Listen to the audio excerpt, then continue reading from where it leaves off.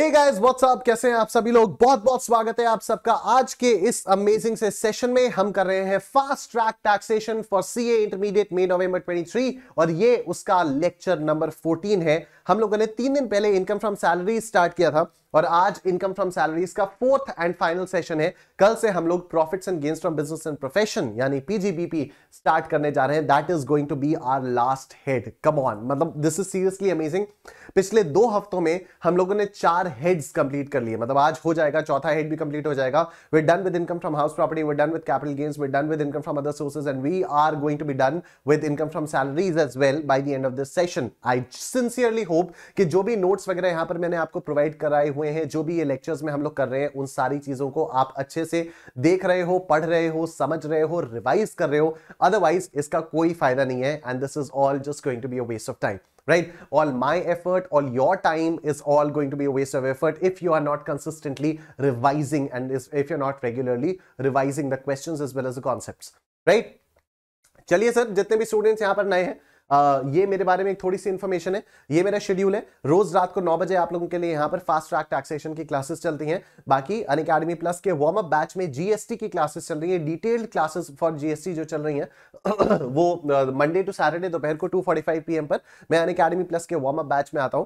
Unacademy में warm up batch को join करने के लिए आपको अनअकैडमी प्लस का सब्सक्रिप्शन लेना होगा। सब्सक्रिप्शन कैसे लेना होगा वो मैं आपको इस क्लास के एंड में बताऊंगा, इस सेशन के एंड में बताऊंगा। लेकिन अभी भी ये जो 20% और 30% ऑफ वाला ऑफर है वो चल रहा है। कल वाले सेशन में मैंने बोला था कि कल आखिरी दिन है, लेकिन आज मुझे पता चला कि ऑफर एक्सटेंड हो गया है और 31 जनवरी तक अब ये ऑफर वैलिड रहेगा। तो जितने भी स्टूडेंट्स ने अभी तक सब्सक्रिप्शन नहीं लिया है, आप लोग अब ले सकते हो। आज कल परसों 3 दिन का समय आपके पास है and you can avail 20 to 30% discount, 30% discount आपको मिल जाएगा सी इंटरमीडिएट के सब्सक्रिप्शंस पर, राइट? मई 23 के स्टूडेंट्स के लिए मैंने एक स्ट्रैटेजी सेशन लिया था जिसमें मैंने आप लोगों को बताया है कि आपको कैसे पढ़ना चाहिए, कैसे रिवाइज करना चाहिए वगैरह वगैरह, क्या आपका रिवीजन शेड्यूल बना हुआ होना चाहिए। अगर आप अभी से भी स्टार्ट करो तो आप कैसे क्लियर कर सकते हो चीजों को। तो उससे रिलेटेड सारी इंफॉर्मेशन हम लोगों ने मई 2023 के स्ट्रैटेजी सेशन में डिस्कस की थी। इस वीडियो के डिस्क्रिप्शन में आपको स्ट्रैटेजी सेशन का लिंक मिल जाएगा, उसको एक बार जरूर देखना, आपको रिविजन करने का तरीका पता चल जाएगा। इस जो भी ये फास्ट ट्रैक कोर्स चल रहा है उसकी पूरी की पूरी प्लेलिस्ट मैंने एक बनाई हुई है। पहले सेशन से लेकर अभी तक जितने भी सेशंस हो चुके हैं वो सारे के सारे आपको एक प्रॉपर सीक्वेंशियल वे में प्लेलिस्ट में मिल जाएंगे।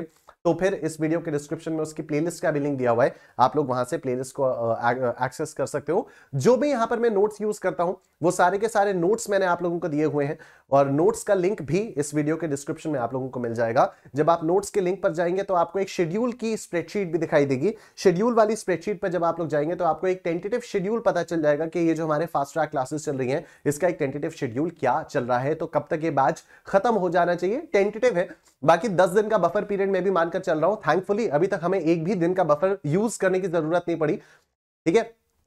पिछले 14 दिनों से लगातार विदाउट सिंगल ब्रेक आप लोगों की क्लासेस चल रही हैं। 1.5 घंटे रोज आपकी क्लास चलती है and it's just gonna be a lot of fun, right? हम लोग कर रहे हैं इनकम फ्रॉम सैलरीज और आज से जो हम लोगों को टॉपिक स्टार्ट करना है that is profits in leave of salaries, right? तो जल्दी से उस वाली स्लाइड पे मैं आ जाता हूं और उसके बाद हम लोग स्टार्ट करते हैं profits in leave of salaries. कल हम लोगों ने काफी सारी और चीजों के बारे में बात की थी। कल हम लोगों ने परक्विजिट्स खत्म कर लिया था, राइट? तो अलाउंसेस और परक्विजिट्स हमारे हो चुके हैं और आज हमें करना है profits in leave of salaries. मतलब अगर सैलरी नहीं मिलेगी और सैलरी की जगह आपको कुछ और मिल जाएगा तो वो भी आपकी इनकम फ्रॉम सैलरीज वाले हेड में ही टैक्सेबल होगा। उसकी टैक्सेबिलिटी क्या क्या होती है, कौन कौन से ऐसे प्रॉफिट्स होते हैं जो कि सैलरी के अलावा अगर मिले जाते हैं तो उनको सैलरी के में ही कंसिडर किया जाता है, उन सारी चीजों से रिलेटेड हम लोग यहां पर बात करने जाएंगे। आज हम लोग बात करना शुरू करेंगे, राइट? चलिए सर, आते हैं फटाफट से। यूज ट्रांसफर ये सब हो गया था भाई साहब, इतना सब कुछ कर लिया हम लोगों ने। ये हम लोगों ने, I think this was the last thing and slide number 180 profits in lieu of salary. आ जाओ फटाफट से देखते हैं what are profits in lieu of salaries. इसमें क्या क्या आता है तो देखो, profits in lieu of salary includes the following. तो इसमें क्या क्या इंक्लूडेड होता है? सबसे पहले compensation on account of termination of his employment, right? Termination के समय पर अगर कुछ भी कॉम्पनसेशन दिया जाता है तो वो भी profits in lieu of salary माना जाता है। So the amount of any compensation due to or received by an assessee from his employer or former employer at or in connection with the termination of his employment, right? जैसे voluntary retirement वगैरह होता है, तो voluntary retirement again क्या होता है वो हम यहां पर अभी बात करेंगे, ठीक है?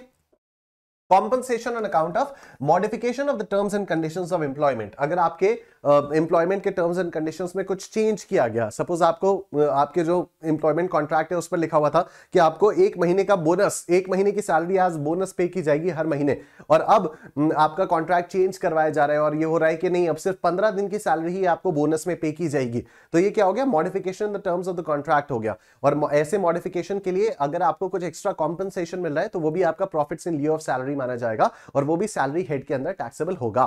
Next, payment from provident fund और अदर फंड। अब ये प्रोविडेंट फंड से रिलेटेड सारी इंफॉर्मेशन अभी हम लोग इसी सेशन में थोड़ी देर में डिस्कस करेंगे। Next, we have keyman insurance policy. तो कई बार कंपनीज जो है अपनी ऑर्गेनाइजेशन के मेन एम्प्लॉइज के लिए एक इंश्योरेंस पॉलिसी लेती है, राइट। जैसे रिलायंस इंडस्ट्रीज के की पर्सन कौन हो गए, मिस्टर मुकेश अंबानी हो गए। तो अगर रिलायंस इंडस्ट्रीज, अगर मान लो भगवान ना करे लेकिन मुकेश अंबानी जी को कुछ भी हो जाता है तो रिलायंस इंडस्ट्रीज को बहुत बड़ा घाटा हो सकता है, राइट। तो रिलायंस इंडस्ट्रीज ने इस चीज की इंश्योरेंस के लिए मुकेश अंबानी जी के नाम पर एक कीमैन इंश्योरेंस पॉलिसी ले रखी है, राइट। तो अगर कीमैन इंश्योरेंस पॉलिसी से कोई भी पैसा मुकेश अंबानी जी को मिलता है मैच्योरिटी के समय पर, तो वो भी पैसा इनकम फ्रॉम सैलरीज के हेड में टैक्सेबल किया जाता है। उसके बाद नेक्स्ट, लमसम पेमेंट और अदरवाइज। अगर आपको कोई भी पैसा लमसम मिलता है, किस समय, any amount whether in lump sum और otherwise due to an SSC और received by him from any person before joining employment with that person or after cessation of his employment with that person। जैसे आप लोगों को पता होगा ना, कई बार ज्वाइनिंग बोनस मिलता है कि जब आप ज्वाइन करने वाले होते हो तो उससे पहले आपको कुछ ना कुछ एक्स्ट्रा पैसा दिया जाता है, तो दैट इज ज्वाइनिंग बोनस। तो जो भी ज्वाइनिंग बोनस होता है वो भी इनकम फ्रॉम सैलरीज हेड में टैक्सेबल होता है। और ये जो भी एम्प्लॉयमेंट खत्म होने के बाद जो भी आपको पैसा मिलता है, सेसेशन ऑफ एम्प्लॉयमेंट का मतलब क्या हो गया कि मेरा कोई एम्प्लॉयर है, अब वो मेरे साथ मेरा कोई एम्प्लॉई है, अब वो मेरे साथ एम्प्लॉई नहीं रहा, तो फिर मैंने उस समय भी उसको कुछ पैसा दिया, तो ये भी profits in lieu of salary माना जाता है। नाउ एक एक करके डिस्कस करते हैं। सबसे पहली चीज हम लोग जिसके बारे में बात करेंगे दैट इज ग्रेचुइटी। तो ग्रेचुइटी का मतलब यह होता है कि एम्प्लॉयर अपने एम्प्लॉय को खुश होकर एक ग्रैटिट्यूड शो करने के लिए कुछ पैसा दे रहा है कि आपने इतने साल हमारी ऑर्गेनाइजेशन में काम किया तो हम आपको कुछ एक्स्ट्रा पैसा देना चाहते हैं, तो that is termed as gratuity. अब इसकी टैक्सेबिलिटी कैसे होती है, आओ देखो अपने स्क्रीन पर, ठीक है। अगर यहां पर ये वाला चार्ट आपको थोड़ा सा भी ब्लरी दिखाई दे रहा है तो वीडियो के डिस्क्रिप्शन में नोट्स का लिंक है, वहां से आप नोट्स डाउनलोड करोगे, नोट्स में भी आपको ये वाला चार्ट मिल जाएगा, वहां से आप लोग साथ साथ देख सकते हो, ठीक है। आओ देखते हैं। अगर ग्रेचुइटी आपकी एम्प्लॉयमेंट के दौरान मिलती है तब तो वो पूरी तरह से टैक्सेबल हो जाती है, ठीक है। अगर ग्रेचुइटी आपकी एम्प्लॉयमेंट के समय मिलती है तो वो पूरी तरह से टैक्सेबल हो जाती है। लेकिन अगर ग्रेचुइटी रिटायरमेंट के समय पर मिलती है तो वो सेक्शन 10 सबसेक्शन 10 के अंदर एग्जेम्प्ट होती है। सेक्शन 10 सबसेक्शन 10 के अंदर एग्जेम्प्ट होती है, लेकिन इस एग्जेम्पशन को अवेल करने के लिए कुछ कंडीशंस मेंशन्ड है, राइट। देखो, अगर आप एक गवर्नमेंट एम्प्लॉय हो तब तो कोई कंडीशन नहीं है, फुली एग्जेम्प्ट है। लेकिन अगर आप कोई और एम्प्लॉय हो तो फिर डिपेंड करता है कि आप पेमेंट ऑफ ग्रेचुइटी एक्ट के अंदर कवर्ड हो या आप कवर्ड नहीं हो। अगर आप पेमेंट ऑफ ग्रेचुइटी एक्ट के अंदर कवर्ड हो तो least of the following is exempt, ठीक है। कौन कौन सी चीज, 15/26 into salary per month into number of years of completion of service। 15/26 into salary per month, salary per month मतलब last drawn salary per month into number of years of completion per number of years of completion of service। अब यहां पर salary में क्या क्या आएगा, तो यहां पर latest basic salary plus DA, both का मतलब क्या हो गया, डीए इन टर्म्स भी और डीए नॉट इन टर्म्स भी, राइट। तो यहां पर जो 15/26 इंटू सैलरी पर मंथ है, सैलरी पर मंथ मतलब लेटेस्ट ड्रॉन बेसिक सैलरी, तो लेटेस्ट बेसिक सैलरी जो भी आखिरी बार उठाई थी आपने, plus DA, both DA in terms भी और नॉट इन टर्म्स भी, तो आपकी ये सैलरी पर मंथ निकल कर आ जाती है। फिर एक्चुअल अमाउंट रिसीव्ड और 20 लाख रुपए, तो इन तीनों में से जो भी सबसे कम होगा वो आपका एग्जेम्प्ट होगा। This is if you are covered under payment of gratuity act. If you are not covered under payment of gratuity act then Again, least of the following is exempt। क्या क्या, half into average salary per month into number of years of completion of service, ठीक है। अब यहां पर पहली बात 15/26 नहीं है, यहां 15/26 है, यहां पर हाफ है, यहां पर सिंपली सैलरी पर मंथ लिखा हुआ है, यहां पर सिंपली सैलरी पर मंथ लिखा हुआ है, यहां पर एवरेज सैलरी पर मंथ लिखा हुआ है, ठीक है। अब ये एवरेज सैलरी कैसे आती है, आप पिछले 10 महीनों की सैलरी लोगे, पिछले 10 महीनों की आप बेसिक सैलरी लोगे ऑफ द लास्ट 10 मंथ्स, ठीक है, एक्सक्लूडिंग द रिटायरमेंट मंथ। तो जिस महीने आप रिटायर हुए उससे पहले के 10 महीनों की आप सैलरी लोगे। Average DA of last 10 months, पिछले 10 महीने का आप डीए एवरेज लोगे, और average turnover on commission, average commission on turnover, sorry average turnover of commission नहीं, average commission on turnover for the last 10 months आप यहां पर लोगे और उसके बाद आपकी एवरेज सैलरी पर मंथ निकल कर आएगी। अभी ऑब्वियसली हम लोग क्वेश्चंस करेंगे तो आपको और क्लैरिटी के साथ समझ में आएंगी चीजें, राइट। यहां पर भी एक्चुअल अमाउंट रिसीव्ड या 20 लाख रुपीस, तो इन तीनों में से जो भी सबसे कम होगा वो आपका एग्जेम्प्ट हो जाएगा, बाकी सारी ग्रेच्युटी आपकी टैक्सेबल हो जाएगी, ठीक है। तो ग्रेच्युटी में, ग्रेच्युटी होता क्या है, जब भी इंप्लॉयर आपको खुश होकर कुछ एक्स्ट्रा पैसा देता है तो उसको ग्रेच्युटी कहते हैं। ग्रेच्युटी की टैक्सेबिलिटी 10-10 में एग्जेम्प्ट है, राइट। लेकिन 10-10 में एग्जेम्पशन लेने के लिए आपको अलग अलग चीजों को देखना होगा। अगर आप गवर्नमेंट एम्प्लॉय हो तब तो 100% एग्जेम्प्ट है, फुल्ली एग्जेम्प्ट है। पहली बात तो ग्रेच्युटी अगर आपकी एम्प्लॉयमेंट के दौरान मिल रही है तो फुल्ली टैक्सेबल है, अगर रिटायरमेंट के समय मिल रही है तो एग्जेम्पशन मिलेगा, ठीक है। अब रिटायरमेंट के समय भी एग्जेम्पशन के लिए आपको दो चीजें देखनी होगी, अगर आप गवर्नमेंट एम्प्लॉय हो तब तो फुल्ली एग्जेम्प्ट, लेकिन अगर आप अदर एम्प्लॉय हो तो फिर उसके अंदर भी दो चीजें देखनी होंगी। अगर आप पोगा एम्प्लॉय हो, मतलब if you are covered under payment of gratuities act, पोगा मतलब पेमेंट ऑफ ग्रेच्युटी एक्ट, या फिर आप नॉन पोगा एम्प्लॉय हो, आप पेमेंट ऑफ ग्रेच्युटी एक्ट के अंदर कवर नहीं हो, दोनों ही केसेस में least of the following is exempt. Least of the following में तीन चीजें हैं, दो चीजें सेम है, एक्चुअल अमाउंट रिसीव्ड और 20 लाख रुपीस। 20 लाख रुपीस आपकी होगी स्टैट्यूटरी लिमिट, तो एक्चुअल अमाउंट रिसीव्ड या स्टैट्यूटरी लिमिट ये तो आ गई। अब अगर आप पेमेंट ऑफ ग्रेच्युटी एक्ट के अंदर कवर्ड है, अगर आप पेमेंट ऑफ ग्रेच्युटी एक्ट के अंदर कवर्ड है तो 15/26 इंटू लास्ट ड्रॉन सैलरी, तो लास्ट ड्रॉन सैलरी में बेसिक प्लस डीए बोथ, ठीक है, into number of years of completion of service. और अगर आप नॉन पोगा एम्प्लॉय हो तो half into average salary per month, average salary of the last 10 months into number of years of completion of service, ठीक। अच्छा, अगर आप पोगा employ हो तो फिर फ्रैक्शन ऑफ मंथ्स अगर 6 मंथ से ज्यादा है, 6 मंथ से ज्यादा है, then it should be rounded off. For example, अगर आप पोगा एम्प्लॉय हो, मतलब ये वाले एम्प्लॉय हो आप, ठीक है, तो अगर आपका completion of service 26 years 7 months है, तो क्योंकि ये 6 महीने से ज्यादा है तो ये 27 साल हो जाएगा। 26 ईयर्स 4 मंथ्स है तो ये 26 साल ही रहेगा। और अगर एग्जैक्टली 26 ईयर्स 6 मंथ्स है तो 6 महीने से ज्यादा तो नहीं हुआ, तो इसलिए 26 ईयर्स हो जाएगा। साफ साफ लिखा हुआ है, if fraction of months is more than 6 months तभी राउंडिंग अप होगी। अगर आप नॉन पोगा एम्प्लॉय हो, फ्रैक्शन ऑफ मंथ्स को कंप्लीटली इग्नोर किया जाएगा, चाहे वो 6 महीना हो, चाहे 6 महीने से कम, चाहे 6 महीने से ज्यादा। For example 26 years 7 months 26 years होगा, 26 ईयर्स 4 मंथ्स भी 26 ईयर्स होगा, और 26 ईयर्स 6 मंथ्स भी 26 ईयर्स हो जाएगा, राइट। अब देखो, अगर ग्रेच्युटी आपको एक से ज्यादा एम्प्लॉयर्स से मिलती है in the same previous year, then maximum exemption claimed can not exceed 20 lakh rupees, ठीक है। तो ये पर एम्प्लॉयर देखने वाली चीज नहीं है स्टैट्यूटरी लिमिट, स्टैट्यूटरी लिमिट आपकी ओवरऑल ग्रेच्युटी वाली लिमिट है, ठीक है। If gratuity is already received by employee from earlier employer in earlier previous year and in the current previous year he receives gratuity from other employer, then the limit of 20 lakh rupees is reduced by the exemption claimed earlier। मतलब क्या हो गया कि suppose किसी पुराने employer से मेरे को 5 लाख की ग्रेच्युटी मिली थी और वो एग्जेम्प्ट भी हो गया था, ठीक है, 5 लाख की ग्रेच्युटी एग्जेम्प्ट हो गया था। अब इस साल अगर मेरे को सपोज 16 लाख रुपए की ग्रेच्युटी मिल रही है, ठीक है, तो 20 लाख की लिमिट है, लेकिन 20 लाख में से 5 लाख ऑलरेडी पिछले किसी एक साल में एग्जॉस्ट हो चुका था। तो अभी इस साल अगर मेरे को 16 लाख की ग्रेच्युटी मिली तो एग्जेम्पशन सिर्फ 15 लाख तक ही रेस्ट्रिक्टेड रहेगा। 20 लाख की limit will be reduced by 5 lakh रुपए which was received earlier and got exempted, ठीक है। अब आओ नेक्स्ट क्वेश्चंस करते हैं। ग्रेच्युटी में बस इतना ही था, तो let's look at the first question. Mr. Ravi retired on 15th June 2022 after completion of 26 years 8 months of service and received gratuity of 15 lakh rupees.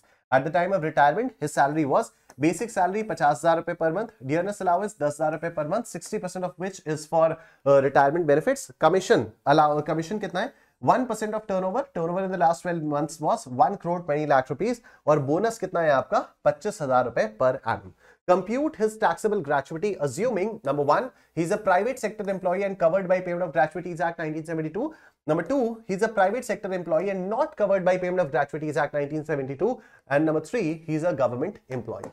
ठीक है, आ जाओ। काफी कॉम्प्रिहेंसिव क्वेश्चन, इसको जब हम लोग करेंगे तो आपको बहुत आराम से सारी की सारी चीजें समझ में आ जाएंगी। तो सबसे पहले हम लोगों को कैलकुलेट क्या करना है, हमें टैक्सेबल ग्रेच्युटी कैलकुलेट करनी है।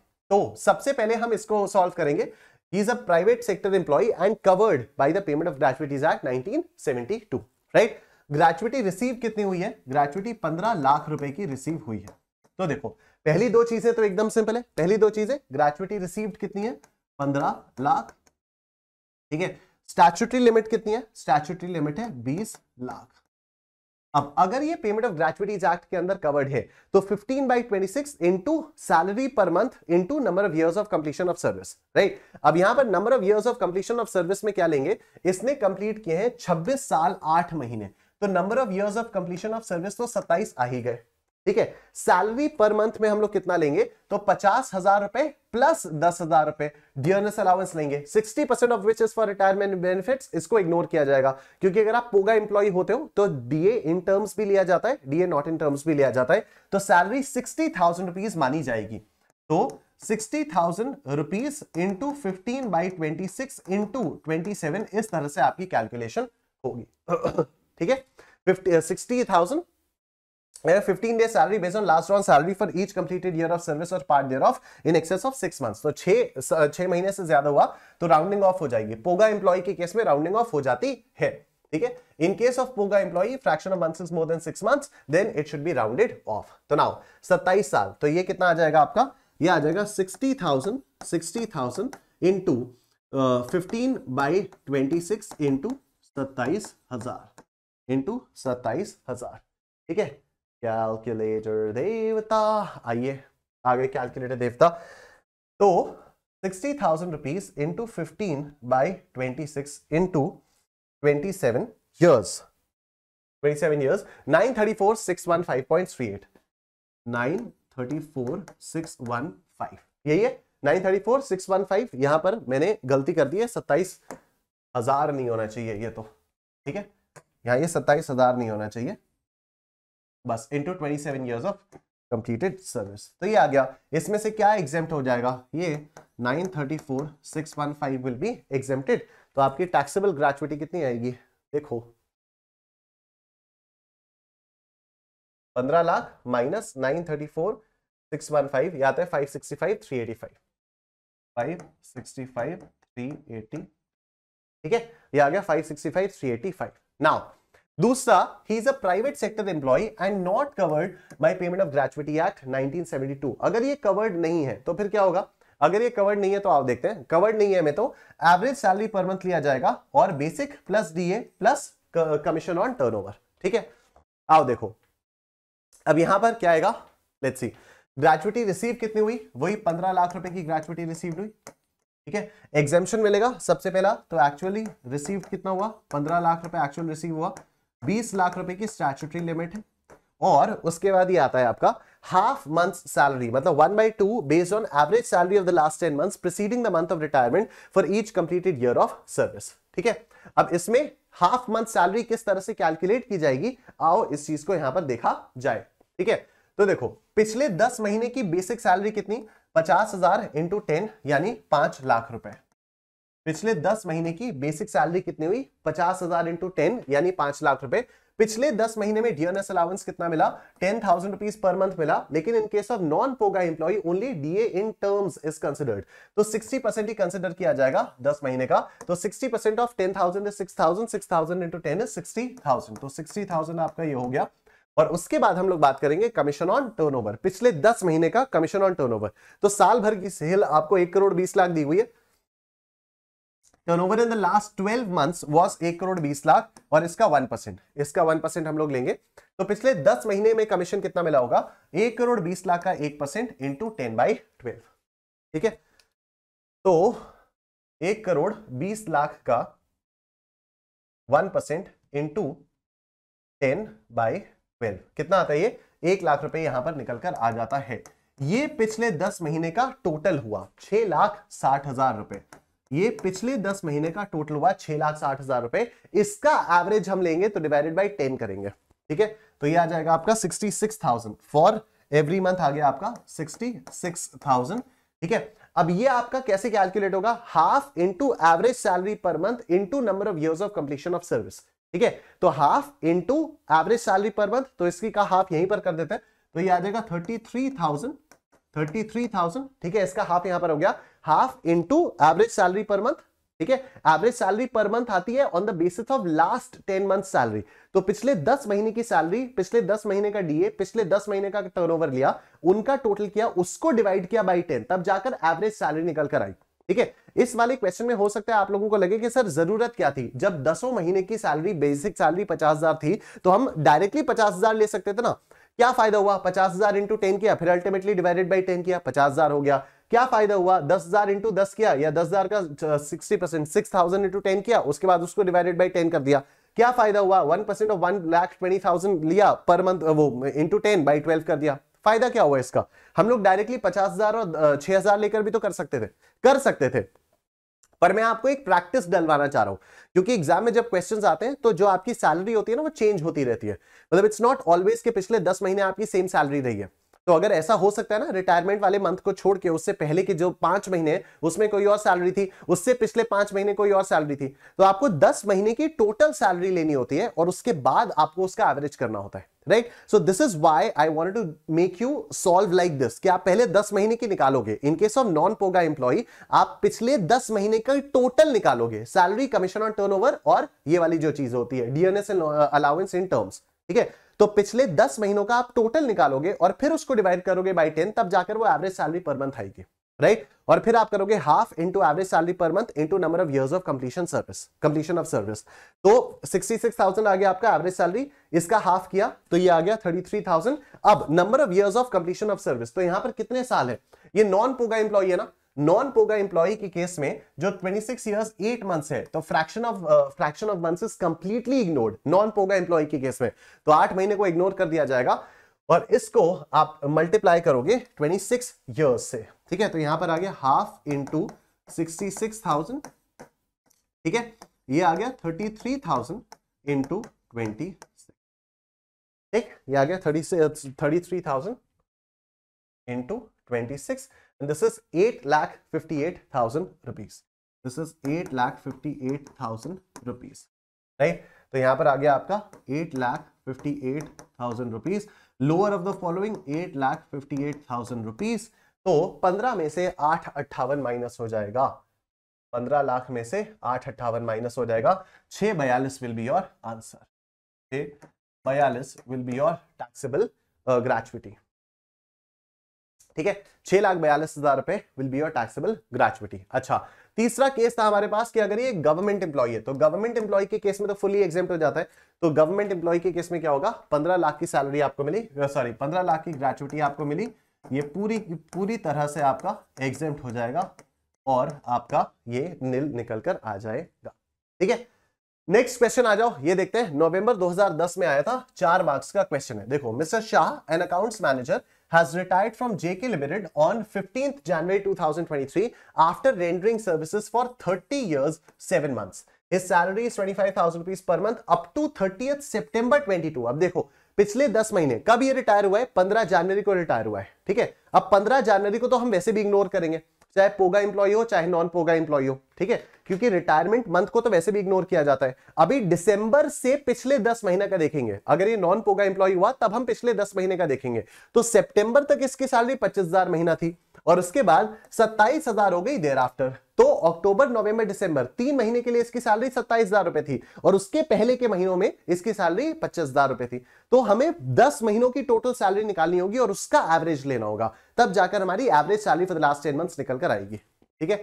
He also gets 2,000 rupees per month as dearness allowance. 55% of it is a part of salary for computing retirement benefits. He is not covered by the Payments of Gratuity Act 1972. तो non POGA employ हो गया, तो average salary वगैरह निकालना पड़ेगा। He has received 8 lakh rupees as gratuity from the employer company. Compute the gratuity taxable in the hands of Mr. Shah. ठीक है, तो जितनी ग्रेचुइटी इनके हाथ में टैक्सेबल होगी वो हम लोगों को कैलकुलेट करना होगा।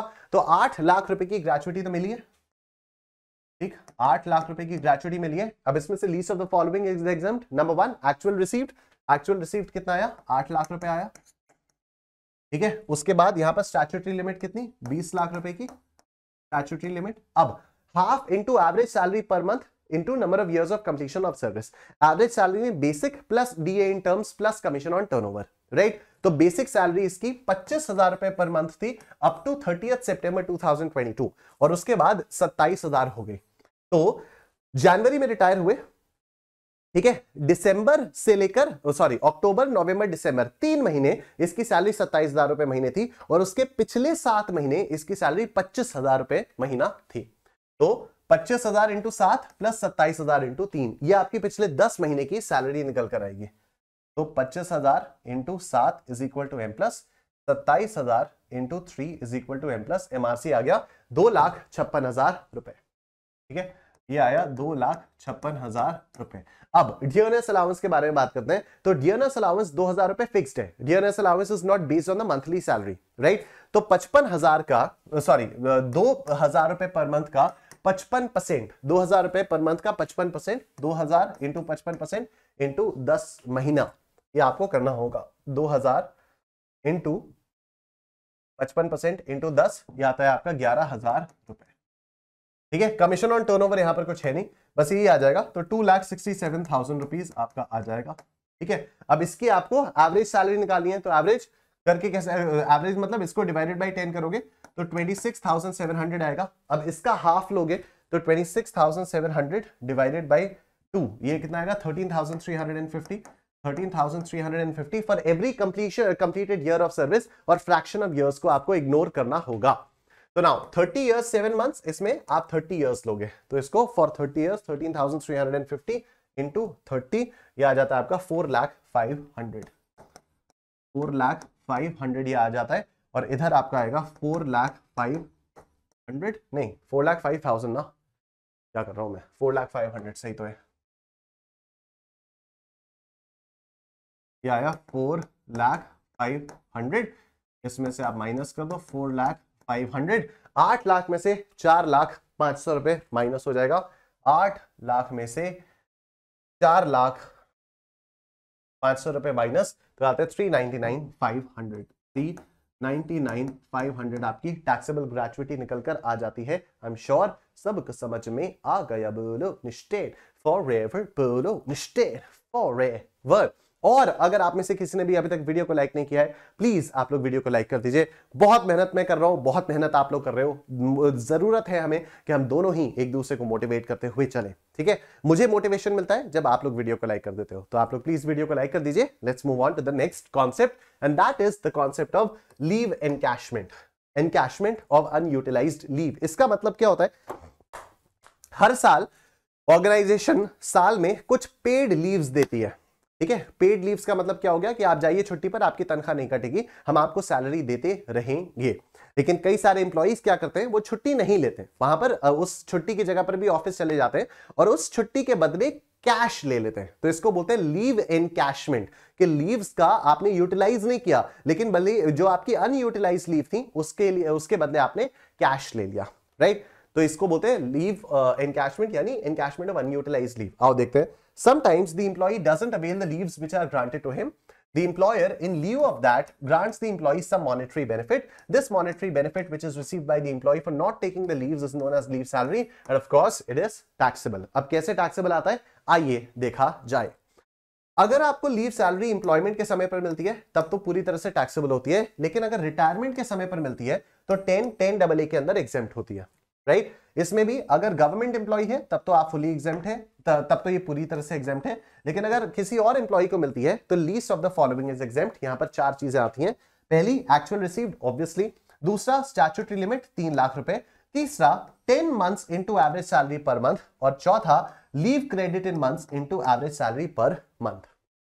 ठीक है, इन दोनों को कैसे कैलकुलेट करेंगे अभी जब हम लोग क्वेश्चंस देखेंगे तब आपको समझ में आएगा। ठीक है, एवरेज सैलरी पर मंथ में क्या आएगा, average of last 10 months up to the date of retirement. तो average basic salary of the last 10 months, average DA in terms of last 10 months, और average commission on turnover of the last 10 months. बिल्कुल वैसे ही जैसे अभी non POGA employee के case में हम लोगों ने एवरेज सैलरी निकाली थी, बिल्कुल उसी तरह से यहां लीव एनकैशमेंट में भी ये निकल कर आता है। लीव क्रेडिट का मतलब क्या होता है, जैसे यहां पर लीव क्रेडिट दिया हुआ है आपको। लीव क्रेडिट का मतलब होता है leaves allowed minus leaves taken. बड़ी कॉमन सेंस की बात है। पिछले 20 साल में अगर मुझे सपोज हर साल 10 छुट्टियां अलाउड थी, पिछले 20 साल में अगर हर साल मुझे 10 छुट्टियां अलाउड थी, तो लीव्स टोटल अलाउड कितनी थी, 20 इंटू 10 यानी 200 छुट्टियां मेरे को अलाउड थी, राइट। अगर मैंने पिछले 20 सालों में हर साल सपोज सिर्फ 7 हॉलीडेज ली, ठीक है, हर साल मैंने सिर्फ 7 छुट्टियां ली, तो मैंने पिछले 20 सालों में कितनी छुट्टियां ली, 20 इंटू 7, 20 इंटू 7 यानी 140। तो टोटल 200 छुट्टियां अलाउड थी, लेकिन मैंने ली कितनी, 140 छुट्टियां ली। तो 200 माइनस 140 यानी 60 हॉलीडेज अभी भी मेरे पास लीव क्रेडिट के फॉर्म में पड़ी हुई हैं। ठीक है, कि 60 छुट्टियां मैं ले सकता था लेकिन मैंने वो 60 छुट्टियां ली नहीं। इसको हम लोग मंथ्स में देखते हैं, ठीक है, महीनों में देखते हैं। तो 60 लीव्स हैं तो डिवाइडेड बाय 30 कर देंगे तो 2 महीना मेरे पास लीव क्रेडिट में पड़ा हुआ है, राइट। तो लीव क्रेडिट इस तरह से निकाले जाते हैं। And leaves allowed can not exceed 30 days पर कंप्लीटेड ईयर। तो ये लॉ ने आपको लिमिट दी हुई है, कंपनी चाहे आपको कितने भी दिनों की लीव दे दे, ठीक है। कंपनी और आपके बीच में जो भी कॉन्ट्रैक्ट है उसमें भले ही कंपनी कह दे कि आप 35 दिन 40 दिन 60 दिन आप छुट्टी लो हर साल भर में, हमें कोई फर्क नहीं पड़ता, हम आपको पैसा उतना ही देंगे। लेकिन इनकम टैक्स कहता है कि देखो ऐसा है, काम करो, फालतू की बातें मत करो। तो इनकम टैक्स के हिसाब से साल भर में आपको 30 छुट्टियां ही अलाउड हो सकती हैं, राइट। अब ऐसे में कैसे होगा तो उसको हम लोग यहां पर अभी थोड़ी देर में देखेंगे, ठीक। आ जाओ। Mr. Gupta retired on 1st December 2022 after 20 years of service and received leave salary of 5 lakh rupees. Other details of his salary income are: basic salary 5,000 रुपए per month, 1,000 was increased with effect from 1st April 2022. All right. तो 1st December 2022 को ही retired, right. तो 1st दिसंबर यानी नवंबर तक की salary हम देखेंगे। तो नवंबर से अगर आप 10 महीने पीछे काउंट करो तो क्या क्या आएगा, जनवरी से लेकर दिसंबर तक 12 महीने होते हैं, ठीक है। तो 1 दिसंबर छोड़ दो, बचे 11।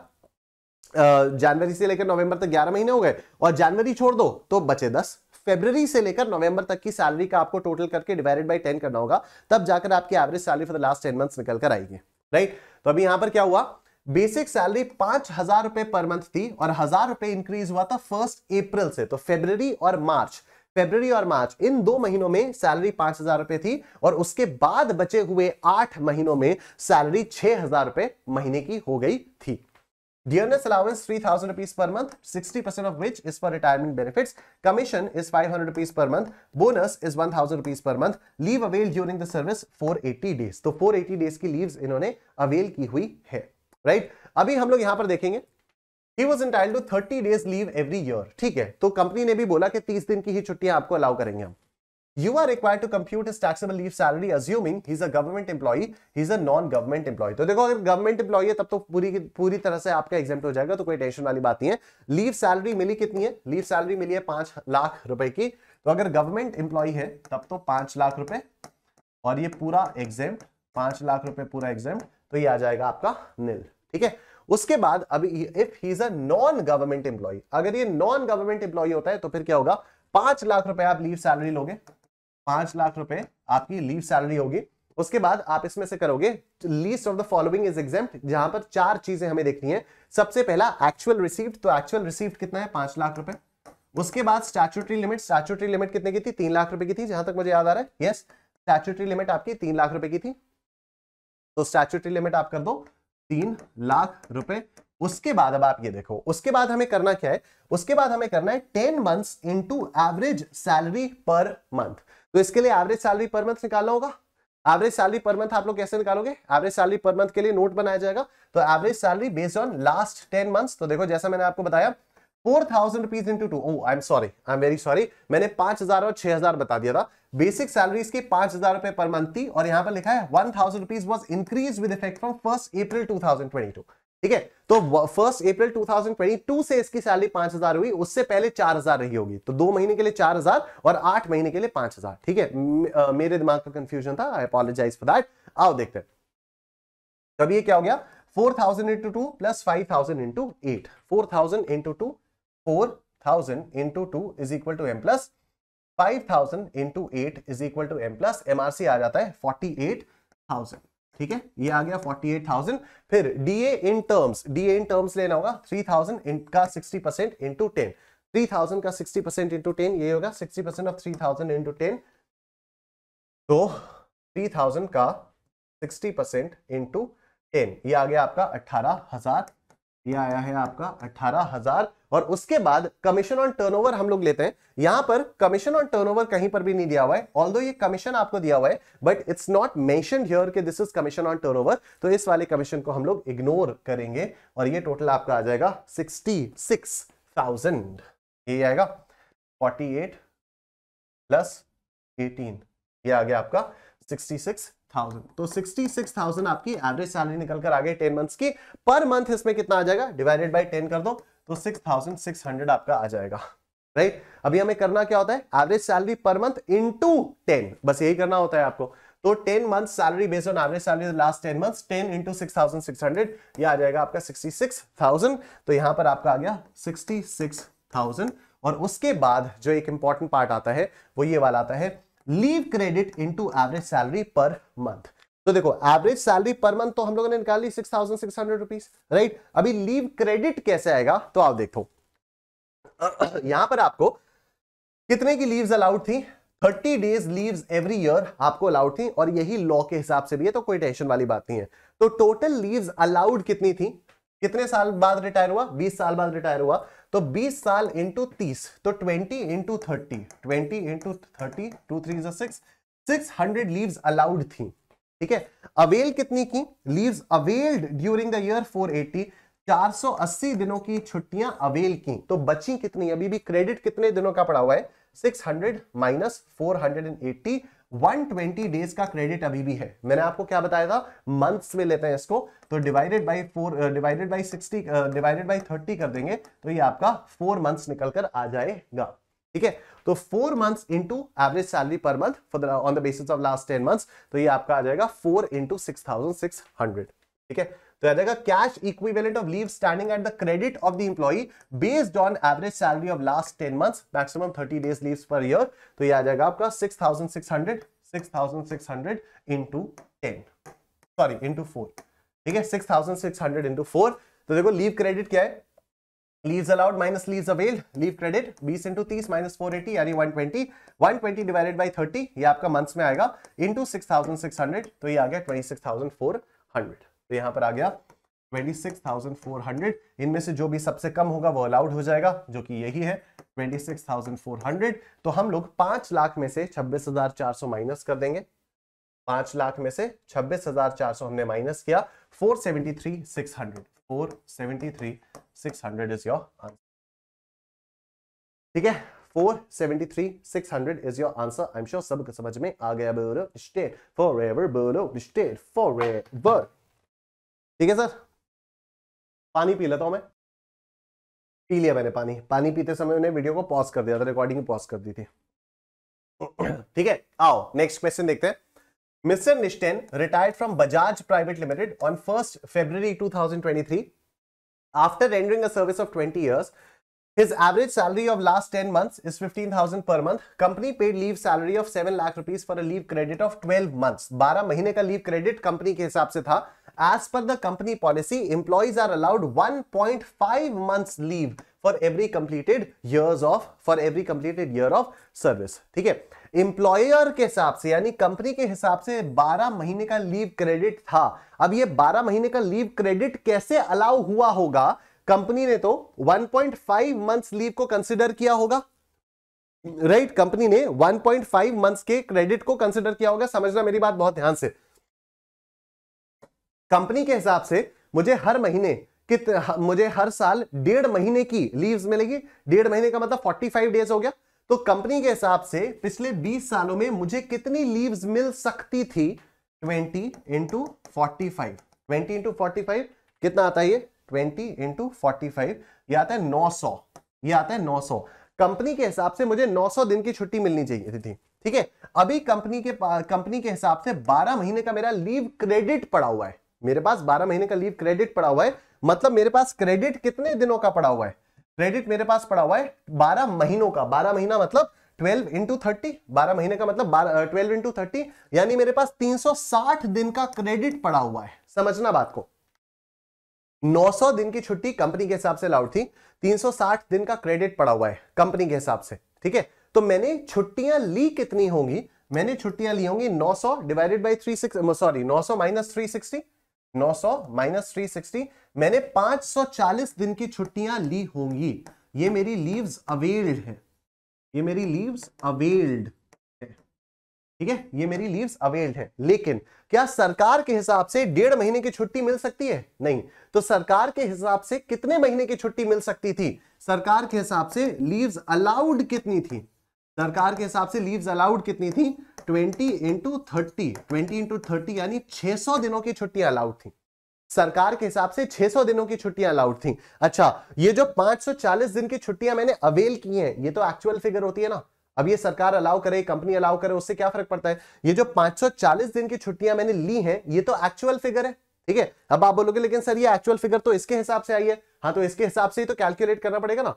कंपनी के हिसाब से 1.5 महीने की छुट्टियां अलाउड थी हर साल, तो 900 छुट्टियां कंपनी के हिसाब से अलाउड थी। यहां पर हमें दिया हुआ है कि कंपनी के हिसाब से 12 महीने का क्रेडिट है, कंपनी के हिसाब से 12 महीने का क्रेडिट है, 12 महीने का क्रेडिट है मतलब 360 दिन का क्रेडिट पड़ा हुआ है। तो हमें देखना पड़ेगा ना मैंने लीव्स कितनी यूटिलाइज की, तो 900 दिन की अलाउड थी, 360 का क्रेडिट पड़ा हुआ है कंपनी के अकॉर्डिंग, तो मतलब 540 दिन की छुट्टियां मैंने अवेल की हैं, राइट। लेकिन ये तो एक्चुअल फिगर निकल कर आई ना, 540 दिन, 540 दिन की छुट्टी मैंने अवेल की है। लॉ के हिसाब से 600 दिन की छुट्टी अलाउड थी, लॉ के हिसाब से 600 दिन की छुट्टी अलाउड थी, मैंने 540 दिन अवेल की, 540 दिन अवेल की, तो लॉ के हिसाब से मेरे पास क्रेडिट कितने महीनों का पड़ा हुआ है? लॉ के हिसाब से मेरे पास 60 दिनों का क्रेडिट पड़ा हुआ है, यानी 2 महीने का क्रेडिट पड़ा हुआ है, ठीक है। लॉ के हिसाब से मेरे पास 2 महीने का क्रेडिट पड़ा हुआ है, क्योंकि लॉ के हिसाब से सिर्फ 60 डेज का ही मेरे पास क्रेडिट होगा, राइट। चलो अब आ जाओ, बाकी सारी चीजें तो एकदम स्ट्रेट फॉरवर्ड है। तो लीव सैलरी मिली कितनी? 7 लाख रुपए की मिली, लीव सैलरी 7 लाख रुपए की मिली। अब इसमें लीस्ट ऑफ द फॉलोइंग, तो एक्चुअल लीव सैलरी ये मिली 7 लाख रुपए की, स्टैट्यूटरी लिमिट 3 लाख रुपए की है, ठीक है।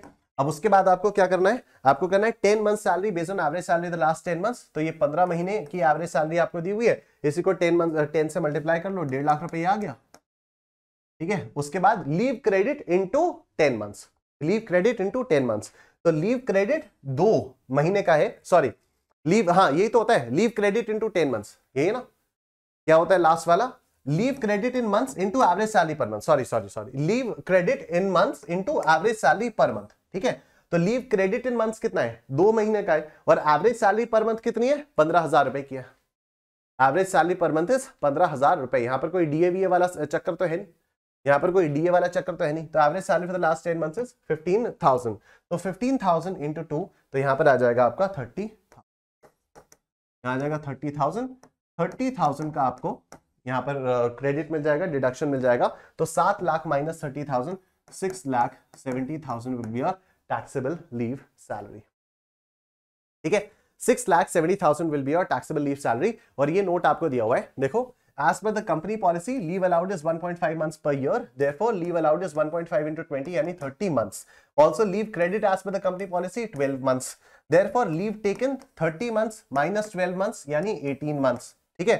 Now, as per Income Tax Act, maximum 30 days leave is only allowed in any year. Therefore, leave allowed as per Income Tax Act is 30 into 20, यानी 600 days, मतलब 20 months. Leave taken is 18 months. Leave credit as per Income Tax Act is 2 months. Therefore, इसका cash equivalent क्या होगा? 2 into 15,000, that is 30,000. Right?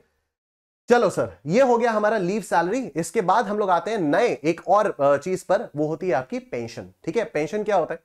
Pension 2 तरह से होता है। Pension का मतलब क्या हो जाता है आपका? रिटायरमेंट के समय, रिटायरमेंट के बाद आपको जो भी पैसा मिलता रहता है, that is known age pension. Pension जो है वो ड्यूरिंग एम्प्लॉयमेंट नहीं मिलता, वो रिटायरमेंट के बाद ही मिलता है। एम्प्लॉयमेंट जब आप रिटायर हो जाते हो किसी ऑर्गेनाइजेशन से, तभी आपको पेंशन मिलती है। ठीक, अब पेंशन का टैक्स ट्रीटमेंट किस तरह से होता है, आओ देखते हैं।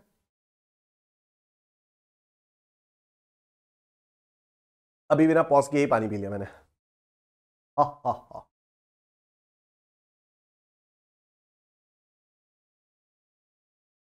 देखो, पेंशन 2 तरह से मिल सकती है। एक, मैं रिटायर हो गया और रिटायर होने के बाद मेरे को हर महीने पैसा मिल रहा है, इसको बोलते हैं अनकम्यूटेड पेंशन। दूसरा, रिटायर में हो गया, रिटायर होने के बाद मैंने कहा कि मेरे को अनकम्यूटेड पेंशन नहीं चाहिए, हर महीने नहीं चाहिए, जितनी भी मेरी पेंशन बनती है एक लमसम अमाउंट आप मेरे को आज दे दो। ठीक है, पेंशन को कम्यूट करके आप मेरे को आज दे दो, और आज इस पैसे को अगर आप मेरे को दे दोगे, मैं लमसम अपना लगा दूंगा, कहीं ना कहीं मैं इन्वेस्ट कर दूंगा, उससे मेरे पास इंटरेस्ट आता रहेगा, उससे मैं अपना जीऊंगा। ठीक है, तो अनकम्यूटेड पेंशन अगर है तब तो ये हमेशा ही टैक्सेबल होती है सभी इंप्लॉइज के लिए, राइट। अगर आप मंथली बेसिस पर ले रहे हो, अनकम्यूटेड है, तो फिर ये टैक्सेबल होती है हर इंप्लॉय के लिए। लेकिन अगर कम्यूटेड पेंशन है, यानी लमसम पेंशन है, तो फिर एग्जेम्पशन होता है 1010A में। किस तरह से होता है? गवर्नमेंट इंप्लॉइज के लिए पूरी तरह से एग्जेम्प्ट हो जाता है, और बाकी इंप्लॉइज में देखा जाता है कि क्या आपको ग्रेचुइटी भी मिली है। अगर ग्रेचुइटी भी मिली है तब exemption is 1/3 of the pension, और अगर आपको ग्रेचुइटी नहीं मिली है तो exemption is half of the pension. ठीक है, तो पेंशन का ट्रीटमेंट इस तरह से होता है, very simple treatment of pension. Pension employment की ड्यूरिंग तो मिलती नहीं है, एम्प्लॉयमेंट के बाद ही मिलती है। एम्प्लॉयमेंट के बाद अगर गवर्नमेंट एम्प्लॉइज को मिलेगी अनकम्यूटेड वे में मिलेगी तो फिर टैक्सेबल है। Uncommuted is taxable to all the, taxable for all the employees. Commuted pension में हमें देखना होगा कि एग्जेम्पशन किस तरह से मिलेगा। अगर आप गवर्नमेंट एम्प्लॉई हो तब तो पूरी तरह से एग्जेम्प्ट हो जाता है, लेकिन अगर आप अदर एम्प्लॉई हो तो देखेंगे क्या आपको ग्रेचुइटी भी मिल रही है। अगर हाँ तो exemption is 1/3 of the pension, और अगर आपको ग्रेचुइटी नहीं मिल रही है तो exemption is half of the pension. ये आपका हो जाता है। आओ, mister Sagar who retired on 1st October 2022 is receiving 5,000 rupees per month as pension. On 1st February 2023, he commuted 60% of his pension and received 3 lakh rupees as commuted pension. 3 lakh रुपए commuted pension है। You are required to compute his taxable pension assuming he is a government employee, he is a private sector employee and received gratuity of 5 lakh rupees at the time of retirement, या he is a private sector employee and did not receive gratuity at the time of retirement। अब आ जाओ करते हैं इसको।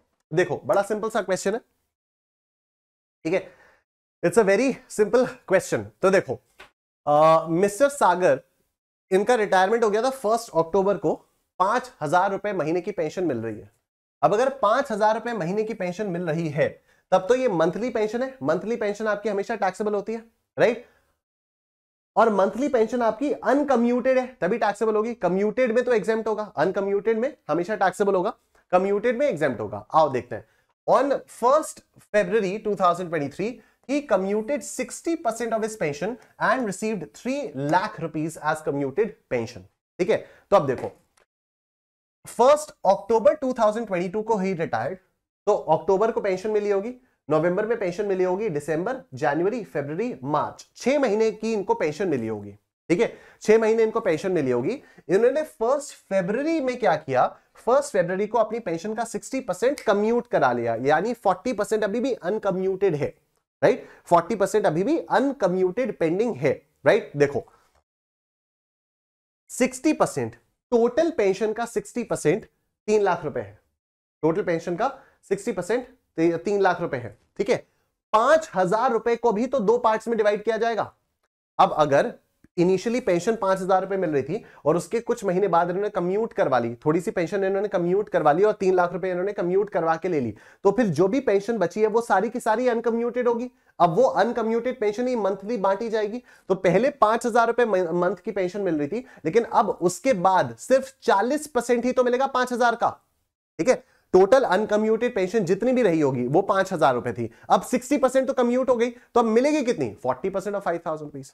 ठीक है, तो अब देखो फरवरी में कम्यूटेशन हुआ तो फरवरी और मार्च इन 2 महीनों में 5,000 का 40% मिला। ठीक है, 5,000 का 40% मिला, लेकिन अक्टूबर, नवंबर, दिसंबर, जनवरी इन 4 महीनों में 5,000 मिला, इन 4 महीनों में 5,000 मिला। तो पेंशन, टैक्सेबल पेंशन आपकी कितनी है। देखो कम्यूटेड पेंशन के बारे में हम लोग बाद में देखेंगे, पहले अनकम्यूटेड पेंशन का तो देख लें। ठीक है, पहले अनकम्यूटेड पेंशन का तो देख लें। तो अब देखो अनकम्यूटेड पेंशन में क्या हो जाता है, अनकम्यूटेड पेंशन में 5,000 रुपए मिली 4 महीने के लिए, अक्टूबर, नवंबर, दिसंबर, जनवरी, और इस 5,000 का 40% मिला 2 महीने के लिए, फरवरी और मार्च में। आओ देखते हैं। Uncommuted pension is 5,000 into 4 plus 40% of 5,000 into 2, तो अनकम्यूटेड पेंशन आपको कितनी मिली, 5,000 into 4 is equal to m plus, फिर 40% of 5,000 rupees into 2, m plus MRC, 24,000 रुपए आपको अनकम्यूटेड पेंशन मिली है। 24,000 रुपए आपको अनकम्यूटेड पेंशन मिली है। ठीक है, अब पहले हम ये मान के चल रहे हैं कि गवर्नमेंट एम्प्लॉई है, तो गवर्नमेंट एम्प्लॉई के केस में commuted pension is completely exempt, तो कम्यूटेड पेंशन 3 लाख रुपए की मिली, कम्यूटेड पेंशन 3 लाख रुपए की मिली, ये 3 लाख रुपए पूरा एग्जेम्प्ट हो गया और 24,000 रुपए आपका टैक्सेबल आ गया। ठीक है, अब he is a private sector employee and received gratuity of 5 lakh रुपए at the time of retirement। तो रिटायरमेंट के समय पर अगर 5 लाख रुपए की ग्रेचुइटी मिली है तो फिर एग्जेम्पशन कितना होगा, 1/3 of the pension, 1/3 of the pension, right. अब यहां टोटल पेंशन कैसे पता चलेगी आपको, टोटल पेंशन आपको ऐसे पता चलेगी कि पूरी की पूरी पेंशन का 60% इज 3 लाख रुपए, पूरी पेंशन का जितना पोर्शन कम्यूट करवाया उसका जितना 60% कम्यूट करवाया and 60% is equal to 3 lakh rupees, तो टोटल पेंशन कितनी आएगी, 3 lakh divided by 60%, total pension कितनी आएगी, 3 लाख डिवाइडेड बाय 60%। अरे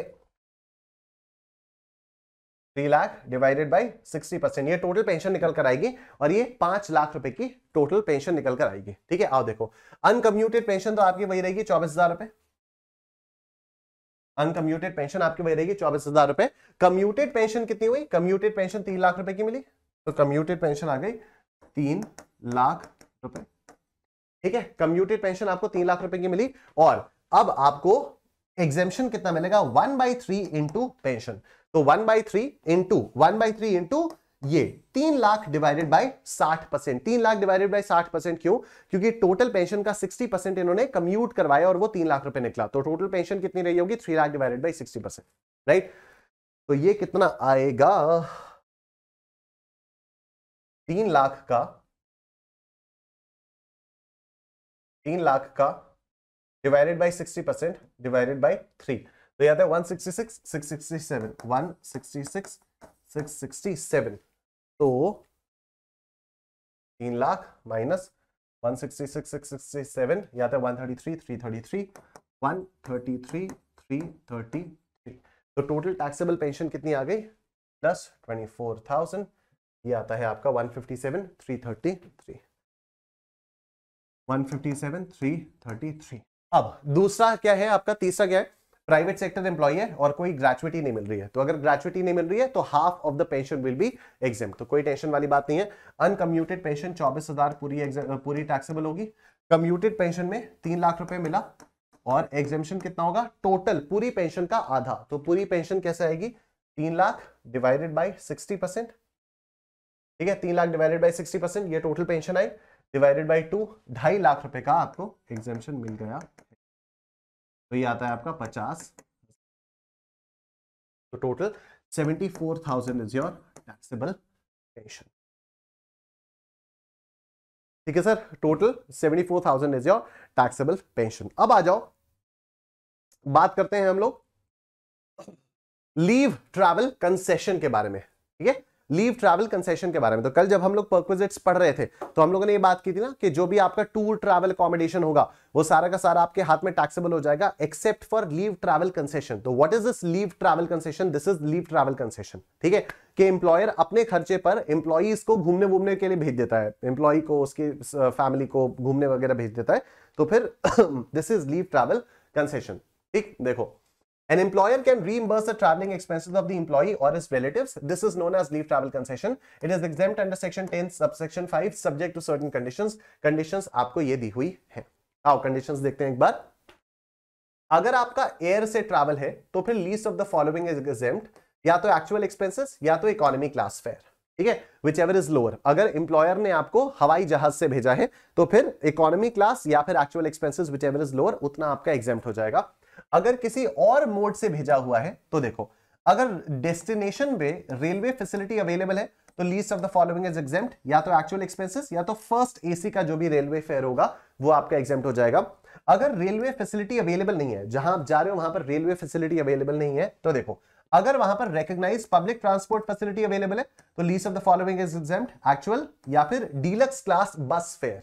ठीक है, या तो एक्चुअल एक्सपेंसेस या फिर डीलक्स क्लास बस फेयर। लेकिन अगर जहां पर आप जा रहे हो वहां पर ना तो ट्रेन है ना ही रिकॉग्नाइज्ड पब्लिक ट्रांसपोर्ट है, रिकॉग्नाइज्ड पब्लिक ट्रांसपोर्ट फैसिलिटी भी अगर अवेलेबल नहीं है तो least of the following is exempt, या तो एक्चुअल एक्सपेंसेस या तो first class railway fair of similar distances. ठीक है, तो मैं सपोज किसी एक ऐसे शहर जा रहा हूं जहां ना तो ट्रेन जाती है ना तो बस जाती है, तो फिर उसी डिस्टेंस के लिए जो भी ट्रेन जाती है उस ट्रेन पे जो फर्स्ट एसी का टिकट है, फर्स्ट क्लास रेलवे फेयर, वो मेरा एग्जेम्प्ट हो जाएगा।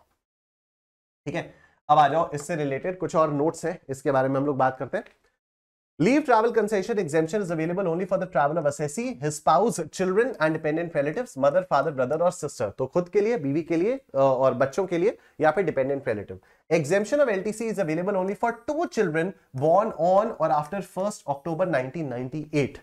तो 1 अक्टूबर 98 के बाद सिर्फ 2 बच्चों के लिए ये लीव ट्रैवल कंसेशन का एग्जेम्पशन आपको मिलेगा। ठीक है, लेकिन अब पंगा क्या हो सकता है, अगर 1 अक्टूबर 1998 के बाद पहले तो एक बच्चा हुआ, राइट, और उसके बाद जब दूसरा बच्चा करने की कोशिश की तो ट्विंस निकल आए, राइट, तो अब उसमें उनकी क्या गलती है? पेरेंट्स की कोई गलती तो है नहीं, तो दूसरा बच्चा किया, ट्विंस निकल आए, तो 3 बच्चों के लिए एग्जेम्पशन मिल जाएगा।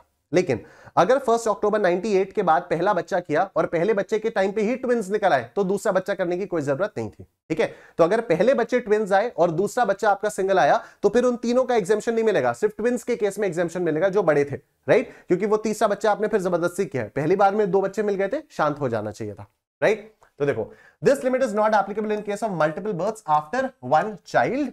तो अगर पहली बार एक बच्चा हुआ, नेक्स्ट टाइम ट्विंस हो गए तो टोटल 3 हो गए, बट एग्जेम्पशन मिल जाएगा तीनों के लिए, राइट। अगर पहली ही बार ट्विंस हो गए, नेक्स्ट टाइम एक हुआ तो तीनों के लिए नहीं मिलेगा, पहली बार 2 हो गए थे तो रुक जाना चाहिए था, राइट। चलिए next, LTC exemption is available for 2 years during the block of 4 years। अब ये जो एग्जेम्पशन आपको मिलता है ये 2 ही साल मिलता है 4-4 साल के ब्लॉक्स में, right. If exemption is not claimed in any block, अगर आपने किसी भी एक ब्लॉक में एग्जेम्पशन क्लेम ही नहीं किया तो 1 साल फॉरवर्ड किया जा सकता है, तो 1 year can be carried forward to the next block, यानी अगले 4 साल के टाइम पे 3 सालों में आप एग्जेम्पशन ले सकते हो।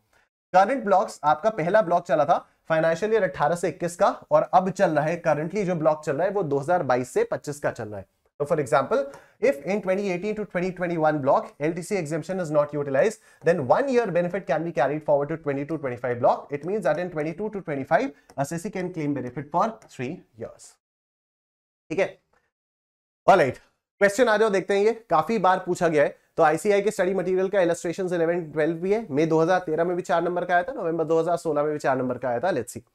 Mr. D went on a holiday on 25th December 22 to Delhi with his wife and 3 children, one son aged 5 years and twin daughters aged 3 years, right? तो अगर बच्चा 5 साल का है तो 1 अक्टूबर 98 के बाद पैदा हुआ है और उसके बाद ट्विन डॉटर्स हैं, तो बच्चा बड़ा है, मतलब पहली बार में एक बच्चा हुआ और उसके बाद जुड़वा बेटियां हुई, तो कोई बात नहीं, तीनों का एग्जेम्पशन मिल जाएगा।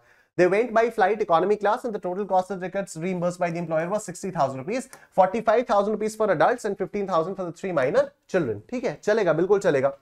Compute the amount of LTC exempt. Will there be any difference if among his 3 children the twins were 5 years old and the son 3 years old? Discuss। हाँ, तो अगर ट्विंस 5 साल के होंगे और जो लड़का है वो 3 साल का होगा तब पंगा होगा, क्योंकि अगर 2 बच्चे पहले हो गए तो तीसरा बच्चा नहीं करना चाहिए था, राइट। तो बाकी अभी आप लोग पढ़ लीजिएगा। लीव ट्रैवल कंसेशन आपको कितना मिल जाएगा? लीव ट्रैवल एग्जेम्पशन आपको पूरा का पूरा मिल जाएगा, लेकिन अगर मान लो बच्चे 5 जो ट्विंस थे वो 5 साल के थे और जो लड़का था वो 3 साल का था, तो यहां पर ये जो 15,000 रुपए आपको 3 माइनर चिल्ड्रन के लिए दिया गया है, तो सिर्फ यहां पर 2 ही बच्चों का एग्जेम्पशन मिलेगा, यानी सिर्फ 10,000 रुपए का एग्जेम्पशन मिलेगा और एक बच्चे का 5,000 रुपए के टिकट का एग्जेम्पशन आपको नहीं मिलेगा, ठीक है। तो देखो जी, since the son's age is more than the twin daughters, Mr. D can avail exemption for all his 3 children. Restriction of 2 children is not applicable to multiple births after 1 child. Holiday being in India and the journey being performed by air economy class, the entire reimbursement made by the employer is fully exempt. ठीक? If the twin's age was more than the son, Mr. D would not be able to avail exemption for all his 3 children. LTC exemption can be availed in respect of only 2 children. तो taxable LTC क्या आएगा? 15,000 into 1/3, क्योंकि जो लड़के वाला है वो taxable हो जाएगा, 5,000 रुपया टैक्सेबल हो जाएगा और 60 में से 5 माइनस करो तो 55,000 रुपया आपका एग्जेम्प्ट हो जाएगा।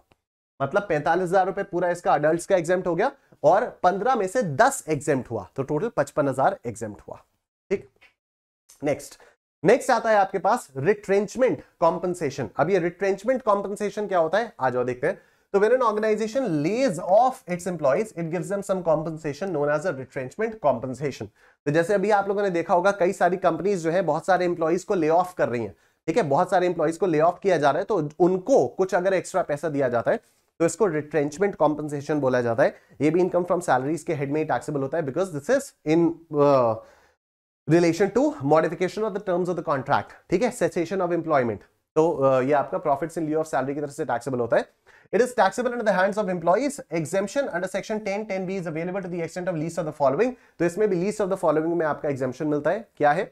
Actual received, statutory limit 5 lakh, compensation as per Industrial Dispute Act। अब Industrial Dispute Act के हिसाब से क्या होता है? 15/26 into average salary of the last 3 months into number of years of completion service, fraction of months to be ignored। तो यहां पर क्या है, जैसे नॉन पोगा एम्प्लॉइज की जब ग्रेचुइटी होती थी तो वहां पर half into average salary per month लेते थे पिछले 10 महीनों का, और वहां पर फ्रैक्शन ऑफ इयर्स आपका इग्नोर होता था into number of years of completion completed service, ठीक है। यहां पर हाफ इंटू एवरेज सैलरी नहीं लेंगे, यहां 15/26 इंटू एवरेज सैलरी लेंगे, 3 महीने की लेंगे, for every completed year of service, और यहां पर भी फ्रैक्शन ऑफ मंथ्स आपका इग्नोर्ड होगा। इसको अगर आप नॉन पोगा एम्प्लॉय वाले से लिंक करोगे ना तो आपको और अच्छे से याद आएगा, ठीक है। ऑल्दो पोगा एम्प्लॉयज में 15/26 इंटू सैलरी पर मंथ किया जाता था, लेकिन यहां पर क्योंकि नॉन पोगा वाली सिमिलैरिटी ज्यादा है।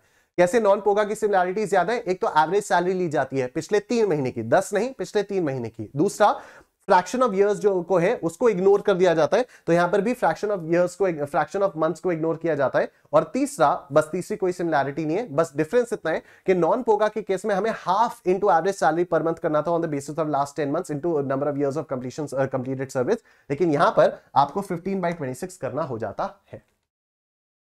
आओ देखो, एवरेज सैलरी का मतलब basic plus DA in terms plus commission on turnover. देखो ये भी तीसरी सिमिलैरिटी निकल कर आ गई, ठीक है। एवरेज सैलरी जिस तरह से नॉन पोगा एम्प्लॉय के केस में निकाली जाती थी उसी तरह से यहां पर भी निकाली जाती है। दिस इज द तीसरी सिमिलैरिटी जिससे आप जिससे आप रिलेट कर सकते हो। आओ देखते हैं क्वेश्चन। मई 2013 में 4 नंबर का आया question, let's look at it. Mister Govind received retrenchment compensation of 10 lakh रुपए after 30 years 4 months of service. तो 30 साल ही मानेंगे, 4 मंथ्स फ्रैक्शन को इग्नोर करेंगे। At the time of retrenchment, he was drawing basic salary of 20,000 rupees per month, dearness allowance 5,000 rupees per month. Compute his taxable retrenchment compensation. अब मेरी बात जरा ध्यान से सुनो। क्या यहां पर पूरा दिया हुआ है कि पिछले 3 महीने में कोई भी चेंजेस थे या कुछ भी था? नहीं। तो अब इस केस में आप ऐसा कर सकते हो कि 20,000 रुपए पर मंथ लिया। डियरनेस अलाउंस, आपने डियरनेस अलाउंस को आप मान सकते हो पूरी तरह से कि ये it forms part of the retirement benefits. Note लिख देना कि वी आर अज्यूमिंग कि dearness allowance forms part of the retirement benefits, ठीक है। तो आपका 3 महीने की एवरेज सैलरी यही निकल आएगी 25,000, ठीक है। 3 महीने की जो एवरेज सैलरी है वो यही निकल कर आ जाएगी 25,000। लेकिन फिर भी लिखते समय मैं आप लोगों को प्रॉपर्ली लिखवा दूंगा जिससे आपको पता चल जाए। लिखते समय मतलब मैं आपको टोटल करवा के ही उसको डिवाइडेड बाय 3 करके दिखाऊंगा, ठीक है, जिससे आपके जहन में बस जाए, जिससे आपको ये एक आपको आपके मसल मेमोरी में चली जाए ये वाली चीज। आओ देखो कितने का मिला, 10 लाख रुपए का रिट्रेंचमेंट कॉम्पनसेशन मिला। तो ये हुआ 10 लाख रुपए का रिट्रेंचमेंट कॉम्पनसेशन। तो सबसे पहले कितना होता है लीस्ट ऑफ द फॉलोइंग में? एक्चुअल रिसीव्ड 10 लाख रुपीस, उसके बाद स्टैट्यूटरी लिमिट। तो स्टैट्यूटरी लिमिट कितनी है? 5 लाख रुपए की स्टैट्यूटरी लिमिट है।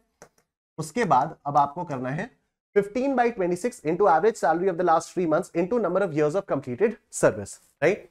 तो basic salary for the last 3 months 20,000 into 3, तो ये आ जाता है 60,000। डियरनेस अलाउंस 5,000 इंटू 3, ये आ जाता है 15,000। कमीशन ऑन टर्नओवर कुछ है नहीं, 75,000। इसको डिवाइडेड बाय 3 करोगे तो 25,000 आएगा, ठीक है। 15/26 इसका करोगे तो फिर क्या आएगा? 25,000 का 15/26 ये आता है 14,423, 14,423 इंटू 30 करेंगे इसको, क्योंकि number of years of completed service 432,692 ये निकलकर आ जाता है। 432,692 ये आ जाता है। इसको आप यहां पे लिखोगे 432,692, तो 432,692 आपका एग्जेम्प्ट हो जाएगा क्योंकि यही सबसे कम है। तो 10 लाख माइनस 432,692, तो 567,308, 567,308 ये आपका टैक्सेबल रिट्रेंचमेंट कॉम्पनसेशन निकलकर आ जाता है। उसके बाद आता है आपका वॉलंटरी रिटायरमेंट कॉम्पनसेशन स्कीम। तो वॉलंटरी रिटायरमेंट में क्या होता है कि कई बार कंपनीज अपने एम्प्लॉय से खुद कहती हैं कि आप अब छोड़ के जाइए, आपके रिटायरमेंट में 3-4 साल का समय बचा है, आप हमारी ऑर्गेनाइजेशन के लायक नहीं है, लेकिन हम आपको निकाल नहीं सकते, तो फिर आप खुद से छोड़कर जाइए और हम आपको कुछ कॉम्पनसेशन देंगे। तो आप वॉलंटरीली रिटायर हो जाइए और हम आपको उसके लिए कुछ कॉम्पनसेशन देंगे, राइट। तो इसमें क्या एग्जेम्पशन मिलता है? ऑब्वियसली ये टैक्सेबल तो होता है, लेकिन एग्जेम्पशन क्या है? Least of the following. तो देखो कॉम्पनसेशन एक्चुअली रिसीव्ड, यहां पर भी स्टैट्यूटरी लिमिट 5 लाख, तो रिट्रेंचमेंट कॉम्पनसेशन में भी 5 लाख और वॉलंटरी रिटायरमेंट स्कीम में भी 5 lakh. 3 into salary per month into number of completed years of service. तो यहां पर 3 into salary per month into number of years of completion of service, last drawn salary into remaining months of service left, ठीक है। इन 4 चीजों का जो भी least होगा वो आपका एग्जेम्प्ट होगा। और सैलरी मतलब basic plus D in terms plus commission on turnover, right. तो वही वाली चीजें चली जा रही हैं। आओ सब फटाफट से देखते हैं इसको। तो mister Datta received voluntary retirement compensation of 7 lakh रुपए after 30 years 4 months of service. He still has 6 years of service left. At the time of voluntary retirement, he was drawing a basic salary of 20,000 rupees per month. Dearness allowance, which forms part of the pay, 5,000 rupees per month. Compute his taxable voluntary retirement compensation, assuming he does not claim any relief under section 89. अभी relief under section 89 भी हम लोग थोड़ी देर में देखेंगे कि क्या होता है, right? तो voluntary retirement compensation 7 लाख रुपए का मिला. वॉलंटरी रिटायरमेंट कॉम्पनसेशन 7 लाख रुपए का मिला. एग्जेम्पशन में कॉम्पनसेशन एक्चुअली रिसीव्ड तो 7 लाख रुपए तो आएगा ही है, ठीक है. स्टैट्यूटरी लिमिट 5 लाख रुपए की स्टैट्यूटरी लिमिट थी, ठीक. उसके बाद 3 months salary into completed years of service. तो सैलरी में क्या आता है, बेसिक प्लस डीए 20,000 प्लस 5,000 25,000 आ गया ये, into 3 for every completed year of service, तो 30,000 ये आ गया. तो 25,000 इंटू 3 इंटू 30 22,50,000 रुपए. तो ये आया आपका 22,50,000 रुपए. और उसके बाद क्या होता था, लास्ट वाला, last drawn salary into remaining months of service left. तो लास्ट ड्रॉन सैलरी आपकी बेसिक प्लस डी है 25,000 और remaining months of service left मतलब 6 years ऑफ सर्विस लेफ्ट, यानी 6 into 12. 6 into 12 कितना हो जाएगा, 6 into 12 आपका होगा 6 into 12 तो आएगा 72. तो 72 महीनों की सर्विस अभी बाकी है. तो 25,000 इंटू 72, तो देखो 20,000 इंटू 5 इंटू 12 इंटू 6. तो एवरी कंप्लीटेड जितने भी आपके मंथ्स बाकी हैं तो ये ऐसा हो जाएगा 25,000 इंटू 12 इंटू 6, ये आता है 18 लाख रुपए, ठीक. इसमें से least of the following exempt हो जाएगा, तो 5 लाख रुपए आपका एग्जेम्प्ट हो जाएगा. तो टैक्सेबल वीआरएस आएगा आपका 2 लाख रुपए का, ठीक है. टैक्सेबल वीआरएस आपका आ जाएगा 2 लाख रुपए का. आइए sir next, tax on non monetary perquisites borne by employer on behalf of employee. तो यहां पर जो भी नॉन मॉनेटरी परक्विजिट्स एम्प्लॉयर को दिया जाता है उस पर अगर एम्प्लॉयर खुद से टैक्स पे करता है तो फिर उसमें क्या होता है, section 10(10cc) provides that the exemption to an employee in respect of tax paid by his employer on his behalf on the non-monetary perquisites received by such employee. तो एम्प्लॉय को अगर कुछ भी नॉन मॉनेटरी परक्विजिट्स मिलती हैं और उस पे एम्प्लॉयर टैक्स पे करता है तो उसका बेनिफिट जो है वो एम्प्लॉय को मिल जाता है. लेकिन लेकिन लेकिन एम्प्लॉय उस टैक्स को अपनी सैलरी में से माइनस नहीं कर सकता, अपनी टैक्स लायबिलिटी में से उसको माइनस नहीं कर सकता है. ये वाला पॉइंट आपको और अच्छे से तब समझ में आएगा जब हम लोग टीडीएस, टीसीएस और एडवांस टैक्स वाला चैप्टर करेंगे, ठीक है. तो ये वाला पॉइंट आपको अभी हो सकता है उतना कायदे से ना समझ में आए, लेकिन जब हम टीडीएस, टीसीएस, एडवांस टैक्स वाला टॉपिक करेंगे तो ये वाला जो टॉपिक है आपको और अच्छे से समझ में आएगा, ठीक है. अब आ जाओ प्रोविडेंट फंड्स के बारे में बात करते हैं. तो अब प्रोविडेंट फंड्स बेसिकली होता क्या है, प्रोविडेंट फंड एक ऐसी इन्वेस्टमेंट व्हीकल होती है जिसमें थोड़ा सा पैसा एम्प्लॉयर कंट्रीब्यूट करता है और थोड़ा सा पैसा एम्प्लॉई की सैलरी से काट के कंट्रीब्यूट किया जाता है. ये पैसा मिलता रहता है, जमा होता रहता है, होता रहता है, होता रहता है, होता रहता है. और जब एम्प्लॉई रिटायर होता है तो ये प्रोविडेंट फंड का पैसा उसको दे दिया जाता है एज अ मतलब, तो उसके लिए बेनिफिट हो जाता है, ठीक है. तो आपको जब सैलरी मिलती है ना तो आपके सैलरी में लिखा रहता है कि आपकी सैलरी से कितना पोर्शन काट के आपके प्रोविडेंट फंड में जमा किया जाएगा.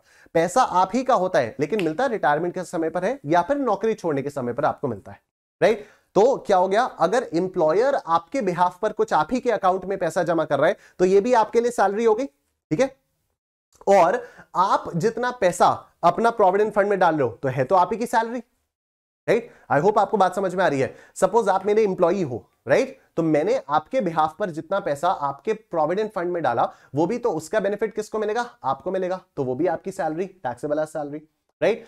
आप अपनी सैलरी में से जितना पोर्शन काटोगे, एक्चुअली लॉ के हिसाब से काटा जाता है, तो हम जितना भी पैसा आपकी सैलरी में से काटकर आपके प्रोविडेंट फंड में डालेंगे वो भी आपके हाथ में टैक्सेबल होगा, क्योंकि अल्टीमेटली पैसा आपको मिलने वाला है, बेनिफिट आपको मिलने वाला है, ठीक है. लेकिन कैसे कैसे टैक्सेबिलिटी होती है उसके बारे में भी हम लोग बात करेंगे. तो 3-4 टाइप के प्रोविडेंट फंड्स होते हैं.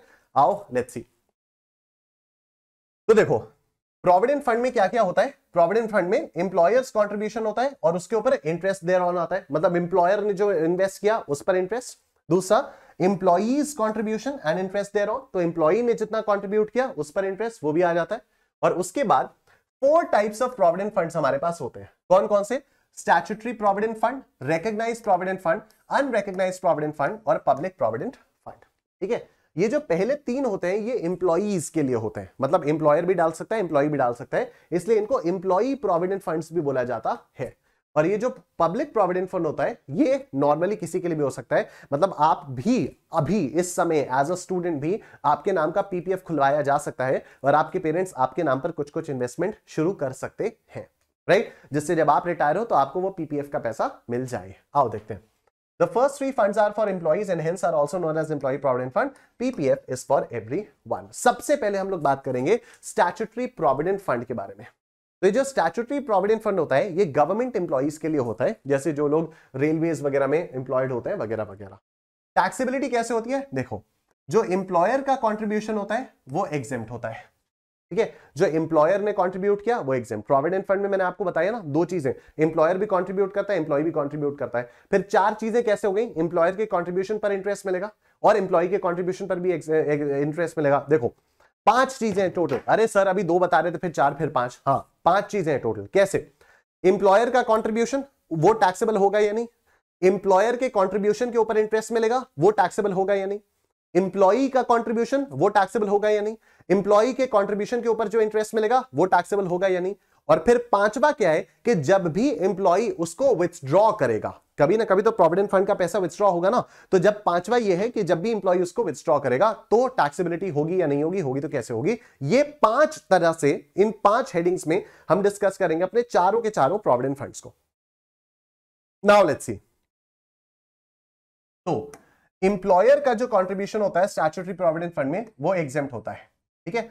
एम्प्लॉय का कंट्रीब्यूशन टैक्सेबल तो होता है लेकिन 80C के अंदर इसका रिडक्शन मिल जाता है। अब सर ये 80C क्या होता है, तो जब भी हम ग्रॉस टोटल इनकम निकालते हैं ना, जैसे वे पांचों हेड्स होंगे उसके बाद हम कुछ कुछ और चीजें पढ़ेंगे, उसके बाद सब कुछ निकाल के हमारे पास आता है ग्रॉस टोटल इनकम। उसमें एक चैप्टर है जो हम लोग यहां पर पढ़ेंगे, डिडक्शंस अंडर चैप्टर 6A। तो डिडक्शंस अंडर चैप्टर 6A में होता है कि आपकी ग्रॉस टोटल इनकम आ गई, अब इसमें से कुछ कुछ डिडक्शंस सरकार आपको अलाउ करती है, राइट। उसमें से एक डिडक्शन ये है सेक्शन 80C का। सरकार कहती है कि अगर आपने अपना पैसा प्रोविडेंट फंड में डाला है तो फिर आपको उस मतलब हम सैलरी में तो इंक्लूड होगा वो, उसको सैलरी इनकम तो मानेंगे, लेकिन जितना पैसा आपने इन्वेस्ट किया है ग्रॉस टोटल इनकम में से माइनस कर देंगे, तो अल्टीमेटली आपको इस पर टैक्स नहीं पे करना पड़ेगा, ठीक है। अल्टीमेटली आपको इस पर टैक्स नहीं पे करना पड़ेगा।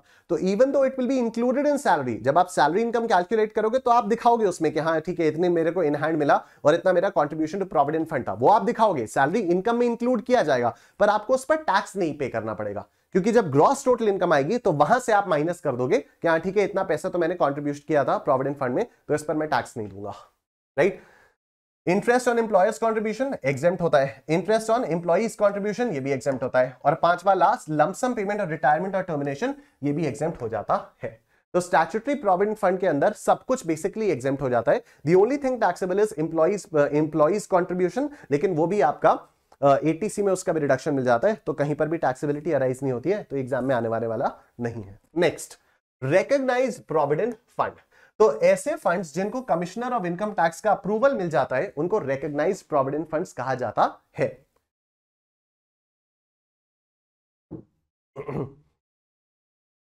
आओ देखो टैक्सेबिलिटी, पांच हेड्स में कैसे taxability. Employer's contribution is exempt up to 12% of the salary, ठीक है, यानी सैलरी का 12% तक अगर एम्प्लॉयर कंट्रीब्यूट करता है तो वो एग्जेम्प्ट है, 12 से ज्यादा कंट्रीब्यूट करता है तो जितना ज्यादा कंट्रीब्यूट करेगा वो टैक्सेबल हो जाएगा। सैलरी में basic salary plus DA in terms plus commission on turnover, वही चीज है। Employee's contribution is taxable but deduction is allowed under 80C, same चीज जो स्टैट्यूटरी में थी। Interest on employer's contribution is exempt up to 9.5% per annum, तो 9.5% per annum तक interest है वो एग्जेम्प्ट, उसके ऊपर taxable. Interest on employees contribution is also exempt up to 9.5% per annum, उसके ऊपर taxable. Lumpsum payment on retirement और termination is exempt under section 10 subsection 12, ठीक है। तो एम्प्लॉयर का कंट्रीब्यूशन 12% के ऊपर टैक्सेबल, 12% तक एग्जेम्प्ट। एम्प्लॉय का कंट्रीब्यूशन टैक्सेबल है लेकिन 80C में रिडक्शन मिल जाएगा।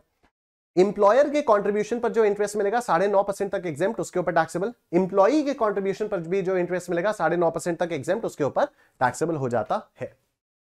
अब देखो लमसम अमाउंट जो कि आरपीएफ से मिलता है वो एग्जेम्प्ट तभी होगा अगर employee has rendered service of 5 years और मोर, 5 साल या उससे ज्यादा के लिए सर्विस दी है, तभी ये वाला पैसा आपका एग्जेम्प्ट होगा।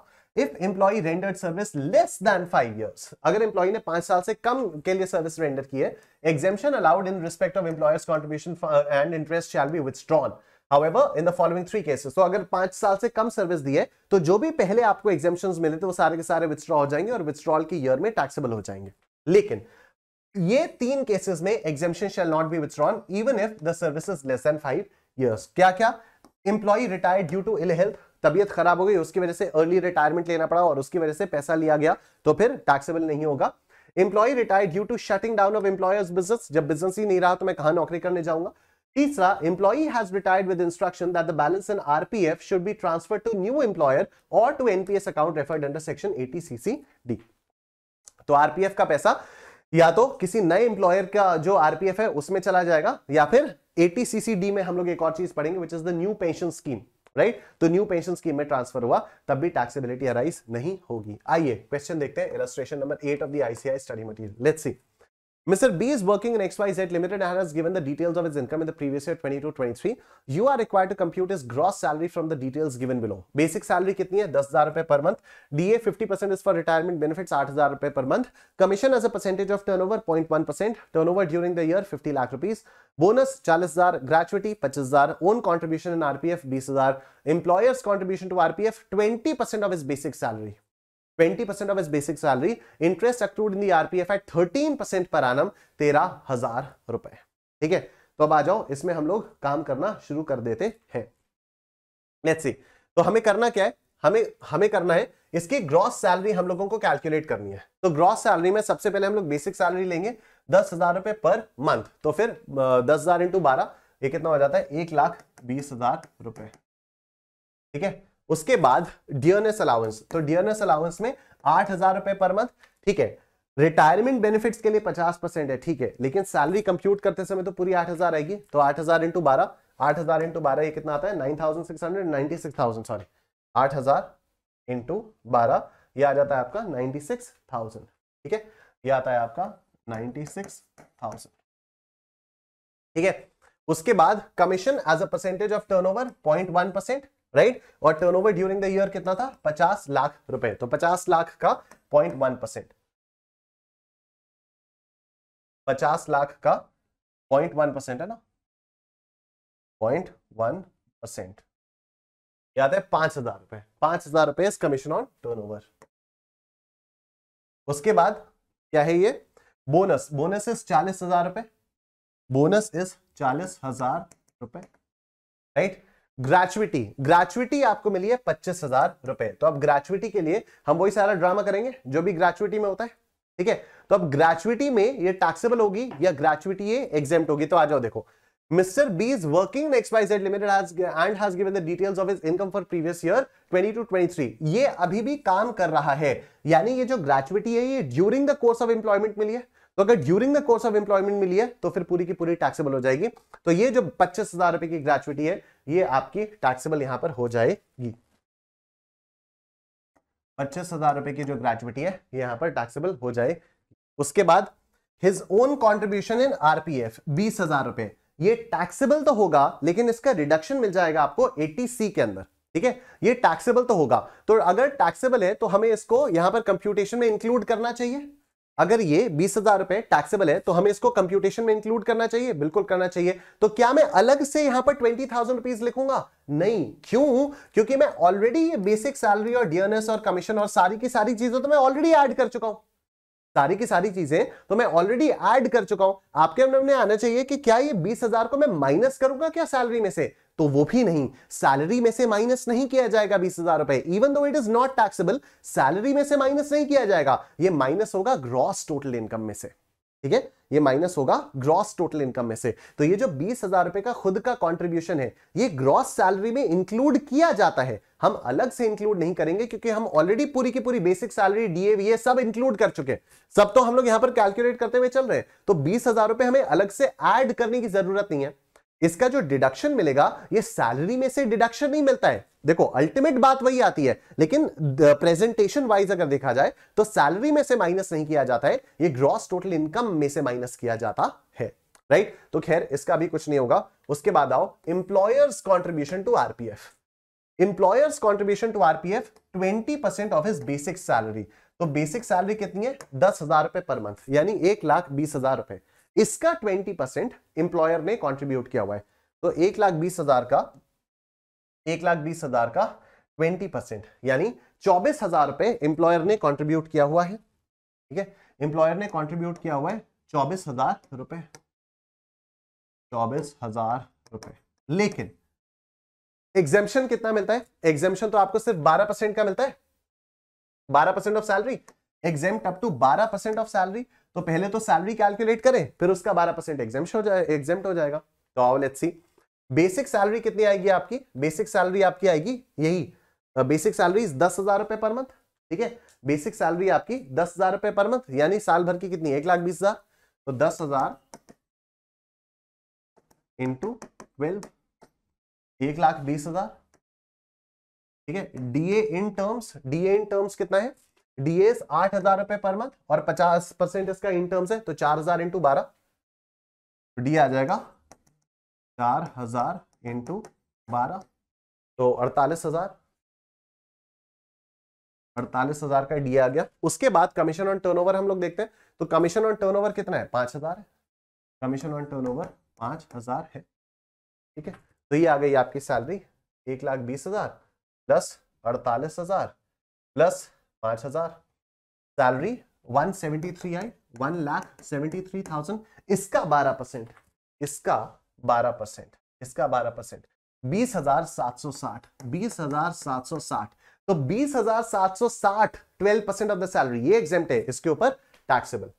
तो 20,760 ये एग्जेम्प्ट हुआ, 24,000 माइनस 20,760, दिस इज 3240, तो टैक्सेबल हो गया 3240।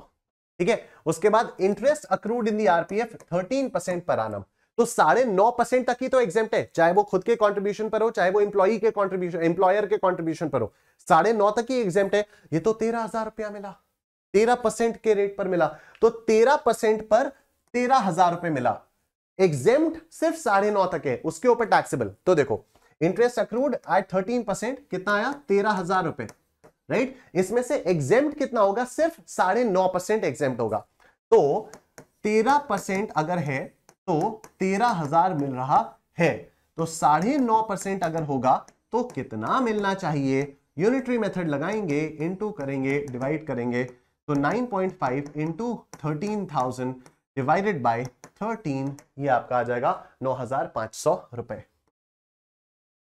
9,500 रुपए। ये आपका एग्जेम्पशन मिलेगा आपको 9,500 रुपए का। तो 13,000 माइनस 9,500, 13,000 माइनस 9,500, ये आ गया 3,500, 3,500 आपका टैक्सेबल हो जाएगा।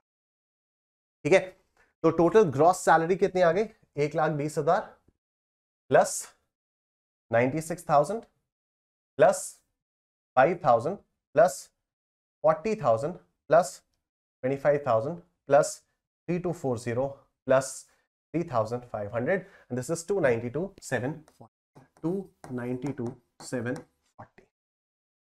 2,92,740, ये आपका आंसर हो जाता है। Next we have unrecognised provident fund. तो अनरिकॉग्नाइज्ड प्रोविडेंट फंड में क्या होता है? एम्प्लॉयर का कंट्रीब्यूशन एग्जेम्प्ट होता है, एम्प्लॉई का कंट्रीब्यूशन टैक्सेबल होता है, लेकिन कोई डिडक्शन भी नहीं मिलता है। ठीक है, अभी तक हम क्या बोल रहे थे कि एम्प्लॉय का कंट्रीब्यूशन टैक्सेबल तो होता है, लेकिन डिडक्शन मिल जाता है। तो यूआरपीएफ यानी अनरिकॉग्नाइज्ड प्रोविडेंट फंड में कोई डिडक्शन एटीसी में नहीं मिलता है। Interest on employer's contribution not taxable when interest is credited. तो जब इंटरेस्ट क्रेडिट हो रहा है तो कोई टैक्सेबिलिटी नहीं होगी, चाहे कितने भी परसेंट का मिले। ठीक है, जब इंटरेस्ट अक्रू होता जा रहा है, क्रेडिट होता जा रहा है, तो कोई टैक्सेबिलिटी नहीं है। Interest on employees contribution not taxable when the interest is credited. तो जब इंटरेस्ट क्रेडिट होता जा रहा है तो भी कोई टैक्सेबिलिटी अराइज नहीं होती है। लेकिन lump sum payment on retirement of termination, retirement या टर्मिनेशन पर देखो, एम्प्लॉयर का जो कंट्रीब्यूशन था वो टैक्सेबल हो जाता है under the head income from salaries. ठीक है, relief under section 89 can be claimed. अभी तक हम लोग क्या बात करते हैं? एम्प्लॉयर के कंट्रीब्यूशन पर कोई टैक्स नहीं लगेगा, लेकिन लमसम जब पैसा मिलेगा तो एम्प्लॉयर का जो कंट्रीब्यूशन होगा वो टैक्सेबल हो जाएगा under the head income from salaries. 89 की रिलीफ क्लेम कर सकते हैं। 89 की रिलीफ क्या होती है अभी बात करेंगे। इंटरेस्ट ऑन एम्प्लॉयर्स कंट्रीब्यूशन ये टैक्सेबल हो जाएगा under the head income from salaries, इसमें भी 89 की रिलीफ क्लेम की जा सकती है। एम्प्लॉइज कॉन्ट्रीब्यूशन एग्जेम्प्ट है as it was tax earlier, तो एम्प्लॉय के कॉन्ट्रीब्यूशन पे तो यहीं पर टैक्स लगा लिया गया था, एटीसी में कोई रिडक्शन मिला नहीं था, तो एम्प्लॉय का कॉन्ट्रीब्यूशन लमसम के समय पर एग्जेम्प्ट हो जाएगा। इंटरेस्ट ऑन एम्प्लॉइज कॉन्ट्रीब्यूशन ये टैक्सेबल होगा under the head income from other sources. क्यों? क्योंकि एम्प्लॉय ने अपना पैसा कहीं पर लगाया, वहां से उसको इंटरेस्ट मिला, तो ये जो इंटरेस्ट मिला है ये सैलरी की वजह से नहीं मिला है। ये आप अपना पैसा कहीं पर भी लगाते, वहां से आपको कुछ भी इनकम होती, तो ये इनकम फ्रॉम अदर सोर्सेज में क्लासिफाई कर दिया जाता है, राइट। तो एम्प्लॉयर का कॉन्ट्रीब्यूशन, देखो जब आपको पैसा आप जमा कर रहे हो तब कुछ नहीं, राइट। एम्प्लॉयर का contribution exempt, interest on employer's contribution exempt, interest on employees contribution exempt, employee's contribution taxable, not even a deduction is allowed under section 80C। Lump sum के समय जब आपने विथड्रॉ किया, एम्प्लॉयर का contribution taxable under section under income from salaries, employer के contribution पर जो interest है वो भी taxable under income from salaries, employee का जो कंट्रीब्यूशन है वो एग्जेम्प्ट, क्योंकि पहले टैक्स कर दिया गया था, लेकिन एम्प्लॉय के कंट्रीब्यूशन पर जो इंटरेस्ट है that will be taxable under income from other sources. सवाल, Mr. A retires from service on December 31, 2022 after 25 years of service. Following are the particulars of his income investments for the previous year 22-23. Basic pay 16,000 रुपए per month for 9 months, ये आ गया। Dearness pay 50% forms part of the retirement benefits 8,000 रुपए per month, 72,000 for 9 months. Lump sum payment received from unrecognized provident fund 6 lakh रुपए. Deposits in PPF account 40,000 रुपए. Out of the amount received from the unrecognized provident fund, employer's contribution was 2,20,000 रुपए. And interest thereon 50,000 रुपए. The employee's contribution was 2.5 lakh रुपए and the interest thereon was 60,000 रुपए. What is the taxable portion of the amount received from the unrecognized provident fund in the hands of Mr. A for the assessment year 23-24? What would be your answer if the fund was a recognized provident fund? तो बड़ा simple सा question हो गया, तो बहुत ही ज्यादा simple सा question हो गया है, ठीक है। This is a very very simple question. आपसे सिर्फ इतना पूछा जा रहा है कि ये जितना पैसा लमसम विथड्रॉल हुआ है, ये लमसम विथड्रॉल हुआ है ना 6 लाख रुपए का, इसका पैसा कैसे कैसे टैक्सेबल होगा, इसका पैसा कैसे कैसे टैक्सेबल होगा। तो 220 प्लस 50 कितना, 270, 270 प्लस 250 प्लस 60, 270 प्लस 250 प्लस 60, ये आ गया 5,80,000 रुपए। विथड्रॉ कितना किया है, 6 लाख, तो ठीक है 20,000 रुपए कहीं और दिया हुआ है, 20,000 रुपए के बारे में कोई और इंफॉर्मेशन दी हुई नहीं है, ठीक है। ठीक है, 20,000 रुपए के बारे में अगर कोई इंफॉर्मेशन नहीं दी हुई है तो कोई बात नहीं, जाने देते हैं उसको। 6 लाख रुपए जो आपने लमसम पैसा विथड्रॉ किया, इसमें से कितना कितना टैक्सेबल होगा, आ जाओ सबसे पहले तो ये देखते हैं। तो एम्प्लॉयर का कॉन्ट्रीब्यूशन 2,20,000 रुपए पूरा टैक्सेबल हो जाएगा इनकम फ्रॉम सैलरीज में। एम्प्लॉयर के कॉन्ट्रीब्यूशन पे जो 50,000 रुपए का इंटरेस्ट अक्रू होगा वो भी पूरा का पूरा टैक्सेबल हो जाएगा इनकम फ्रॉम सैलरीज में, राइट। एम्प्लॉय का कंट्रीब्यूशन जो 2.5 लाख रुपए है वो एग्जेम्प्ट रहेगा क्योंकि डिपॉजिट करते समय टैक्सेबल रहा होगा, और ये जो 60,000 रुपए का इंटरेस्ट इस पर मिला है ये इनकम फ्रॉम अदर सोर्सेज में टैक्सेबल हो जाएगा, दैट्स इट, राइट। तो बस आपको इतना ही करना है, टैक्सेबल अमाउंट फ्रॉम यूआरपीएफ आपको करना है। एम्प्लॉयर का कंट्रीब्यूशन 2.5 लाख रुपए, 2.5 लाख 220 है, 220 है। एम्प्लॉयर का कंट्रीब्यूशन 2,20,000 रुपए, इस पर इंटरेस्ट 50,000 रुपए, ये income from salaries, income from salaries आ गई 2,70,000 रुपए, और इनकम फ्रॉम अदर सोर्सेज में interest on employee contribution, interest on employee contribution 60,000 रुपए आ जाता है। तो 2,70,000 प्लस 60,000, दिस इज 3,30,000, 3,30,000 रुपए ये आपकी टैक्सेबल सैलरी हो जाती है, ठीक है। नाउ लास्ट, अब ये क्या लिखा है, if the fund is a recognised provident fund, हाँ अगर फंड रिकॉग्नाइज्ड प्रोविडेंट फंड है and maturity is taking place after service of 25 years, entire amount received on the maturity of RPF will be fully exempt from tax. तो 25 साल के बाद अगर आपको RPF से पैसा मिलता है तो पूरी तरह से वो टैक्स फ्री हो जाता है। Now last, public provident fund. तो पब्लिक प्रोविडेंट फंड में देख लो आप, Public Provident Fund is operated under the Public Provident Fund Act 1968. Membership of the fund is open to every individual, though it is ideally suited to self-employed people. ठीक है, तो जो salaried employees होते हैं वो भी पीपीएफ में अपना अकाउंट खोल सकते हैं। Salaried employee may also contribute to the PPF in addition to the fund operated by his employer. An individual may contribute to the fund on his own behalf as also the employer of the minor who is the guardian. ठीक है, तो employer of the guardian on behalf of the guardian obviously. An individual may contribute to the fund on his own behalf, अपने लिए भी कर सकता हूं मैं और अपने माइनर के लिए भी कर सकता हूं जिसके लिए मैं गार्डियन प्ले कर रहा हूं। For getting a reduction under Section 80C, a member is required to contribute to a PPF a minimum of 500 rupees in a year, right? तो पीपीएफ में जो भी आप पैसा डालते हो उसका भी रिडक्शन आपको 80C में मिल जाता है, लेकिन कम से कम 500 रुपए आपको साल भर में जमा करना चाहिए. Maximum amount that may qualify for reduction on this account is 1,50,000 rupees. Member of PPF may deposit this contribution in as many installments in multiples of 500 rupees as is convenient to him. तो जितनी मर्जी बार installments वो पे करना चाहे वो पे कर सकता है. Amount of contribution may be paid at any of the offices or branch offices of the State Bank of India or its subsidiaries and specified branches of banks or any post office. Taxability कैसे होती है? Employer का contribution तो applicable ही नहीं है क्योंकि employer तो है ही नहीं. Employee का contribution taxable है लेकिन 80C में reduction allowed है. Interest on employer's contribution तो applicable ही नहीं है. Interest on employee's contribution is fully exempt और lump sum payment on retirement or termination fully exempt आपका हो जाता है. तो पीपीएफ में बहुत सारे बेनिफिट्स आप लोगों को मिल जाते हैं.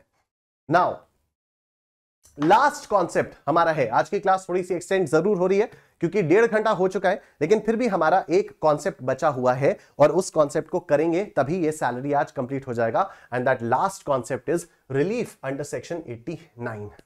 ठीक है, अब ये रिलीफ अंडर सेक्शन 89 में क्या होता है मैं आपको सिंपल सा बता देता हूं. पहले मैं कॉन्सेप्ट आपको बताता हूं. वैसे अगर आपको इसका डिटेल देखना है ना तो आप रिलीफ अंडर सेक्शन 89 वो हम लोगों ने रेगुलर क्लासेस में तो डिटेल में सॉल्व किया हुआ है. पूरा लॉजिक बताकर मैंने आप लोगों को सॉल्व करवाया इसका. ठीक है, अभी मैं आपको लॉजिक बता रहा हूं लेकिन बहुत ही क्विक वे में बताऊंगा, बहुत ही फास्ट वे में आपको इसका लॉजिक बताऊंगा मैं रिलीफ अंडर सेक्शन 89 का. रिलीफ में बेसिकली ऐसा होता है कि सपोज 5 साल पहले मेरा अपने एम्प्लॉयर के साथ कोई डिस्प्यूट हुआ. मैं कह रहा था मेरे को इतना पैसा मिलना चाहिए, एम्प्लॉयर मुझे कम पैसा दे रहा था. अब 5 साल से वो डिस्प्यूट चले जा रहे और सपोज इस साल मेरे को वो डिस्प्यूटेड अमाउंट मिला. तो मेरे को वो डिस्प्यूटेड अमाउंट यानी एरियर्स ऑफ सैलरी मेरे को इस साल मिला, राइट? अब इस साल अगर मेरे को एरियर्स ऑफ सैलरी मिला तो हम लोगों ने 3 क्लासेस पहले बात की थी. पहली क्लास में हम लोगों ने बात की थी कि एरियर्स ऑफ सैलरी किस साल टैक्सेबल होता है? जिस साल वो रिसीव होता है, राइट? तो इस साल के रेट से उस पर टैक्स लग जाएगा, इस साल के रेट से उस पर टैक्स लग जाएगा. तो हम कहेंगे कि यार 5 साल पहले तो टैक्स रेट्स कुछ और थे, 5 साल पहले टैक्स रेट्स कुछ और थे. तो अगर 5 साल पहले ये वाला पैसा मुझे मिलता तो मुझे उन टैक्स रेट्स के हिसाब से टैक्स पे करना पड़ता और आज मुझे आज के टैक्स रेट्स के हिसाब से टैक्स पे करना पड़ा है, जो कि ऑब्वियसली 5 साल पुराने टैक्स रेट से तो ज्यादा ही होंगे, राइट? 5 साल पहले जो भी टैक्स रेट चल रहा होगा आज टैक्स रेट उससे तो ज्यादा ही होंगे, तो आज मुझे उस पर ज्यादा टैक्स पे करना पड़ रहा है. तो सरकार कहती है जो भी डिफरेंस है ना उसका हम आपको रिलीफ दे देंगे. आप टैक्स कैलकुलेट करो उस साल का, आप टैक्स कैलकुलेट करो इस साल का ऑन एरियाज ऑफ सैलरी और जो भी डिफरेंस है उसका हम आपको रिलीफ दे देंगे. मतलब वो टैक्स आपको पे नहीं करना पड़ेगा. मैंने आपको ये पूरा लॉजिकली कैलकुलेट करके दिखाया था अपनी डिटेल्ड क्लासेस में. May 23 के लिए मंजिल बैच में अनअकैडमी प्लस में हुआ था, वहां पर भी मैंने आप लोगों को प्रॉपर्ली एक एग्जांपल खुद से लेकर सिखाया था. और नवंबर 22 के लिए यूट्यूब पर ही क्लासेस हुई थी जो कि इसी उसमें आपको मिल जाएंगी, इसी चैनल पर आपको मिल जाएंगी. सैलरी की आखिरी क्लास ही या तो सेकंड लास्ट क्लास ही, कुछ तो ऐसी क्लास ही, मेरे को एग्जैक्टली याद नहीं है. लेकिन डिटेल में अगर आपको रिलीफ समझना है तो आप यहां पर यूट्यूब पे भी नवंबर 22 वालों के लिए डिटेल लेक्चर्स पड़े हुए हैं, आप उससे भी जाकर देख सकते हो. अभी मैंने आपको कॉन्सेप्ट बता दिया सैलरीज का. हम लोग स्ट्रेट अवे क्वेश्चन पर मूव करेंगे, लेकिन क्वेश्चन पर मूव करने से पहले मैं आपको प्रोसेस एक बार बता देता हूं कि क्वेश्चन सॉल्व करने का प्रेजेंटेशन आपका कैसा होना चाहिए. ठीक है, लॉजिकली कैसे ये चीज अप्लाई होती है वो हम लोग ने देखा था डिटेल लेक्चर्स में, लेकिन अभी हम लोग देख रहे हैं. अभी मैंने आपको कॉन्सेप्ट तो बता दिया कि उस साल कुछ और टैक्स रेट्स रहे होंगे, इस साल कुछ और टैक्स रेट्स हैं, तो टैक्स निकाला जाएगा, जो भी एरियर्स ऑफ सैलरी होंगी उस पर टैक्स निकाला जाएगा. उस साल कितना आता और आज कितना आ रहा है, इन दोनों के बीच में जो भी डिफरेंस होगा उसका सरकार आपको रिलीफ दे देगी, कहेगी ठीक है यार अभी तुम पे मत करो, इतना ज्यादा टैक्स आप मत पे करो. ठीक है, कॉन्सेप्ट इतना सही है. आ जाओ इसका सॉल्व करने का तरीका देखते हैं. देखो, सबसे पहले calculate the tax payable on the total income including the additional salary of the previous year in which the same is received. तो आप इस साल अगर आपको एरियर्स मिला है तो इस साल आप एरियर्स को इंक्लूड करके टैक्स लायबिलिटी आप कैलकुलेट कर लो. उसके बाद calculate the tax payable on the total income excluding the additional salary of the previous year in which the same is received. ठीक है, तो फिर इसी साल आप एरियर्स को हटाकर भी टैक्स लायबिलिटी निकाल लो. तो इसी साल दो टैक्स लायबिलिटीज आप निकालो, एरियर्स को इंक्लूड करते हुए और एरियर्स को एक्सक्लूड करते हुए. ठीक है, 2 बार टैक्स लायबिलिटीज निकालो. इन दोनों का डिफरेंस देख लो, तो इन दोनों के डिफरेंस से क्या हो जाएगा, जो भी एरियर्स की वजह से एडिशनल टैक्स लायबिलिटी है वो निकल कर आ जाएगी. ठीक है, जो भी एरियर्स की वजह से एडिशनल टैक्स लायबिलिटी आई वो निकल कर आ जाएगी कि एरियर्स को इंक्लूड करके टैक्स देख लिया, एरियर्स को एक्सक्लूड करके टैक्स देख लिया, तो जो भी डिफरेंस है एरियर्स की वजह से वही टैक्स आया। ठीक, आगे देखो, compute tax on total income after including the additional salary in the previous year to which such salary relates। तो जिस साल का ये एक्चुअल एरियर था उस साल का टैक्स लायबिलिटी आप निकालो after including this income also into that years salary. ठीक है, सपोज 5 साल पहले 2,80,000, सपोज 5 साल पहले 4 लाख रुपए की आपकी इनकम थी और 40,000 रुपए डिस्प्यूट पर था, 40,000 रुपए आज मिला, तो 5 साल पहले आप 4,40,000 की टैक्स लायबिलिटी निकालो, 4,40,000 पे। ठीक, तो compute the tax on total income after including the additional salary in the previous year to which such salary relates. तो 4,40,000 पे निकाल लिया। Compute the tax on the total income after excluding the additional salary in the previous year to which such salary relates. अब 4 लाख पर निकाल लो।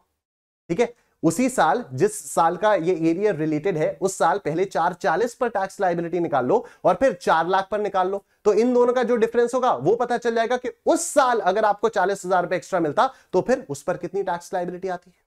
एकदम common sense. हमने इस साल के दोनों टैक्स लायबिलिटीज निकाली, एरियर्स को इंक्लूड करके भी एरियर्स को एक्सक्लूड करके भी, तो हमारा निकल कर आ गया कि इस साल एरियर्स की वजह से कितना एक्स्ट्रा पैसा देना पड़ रहा है।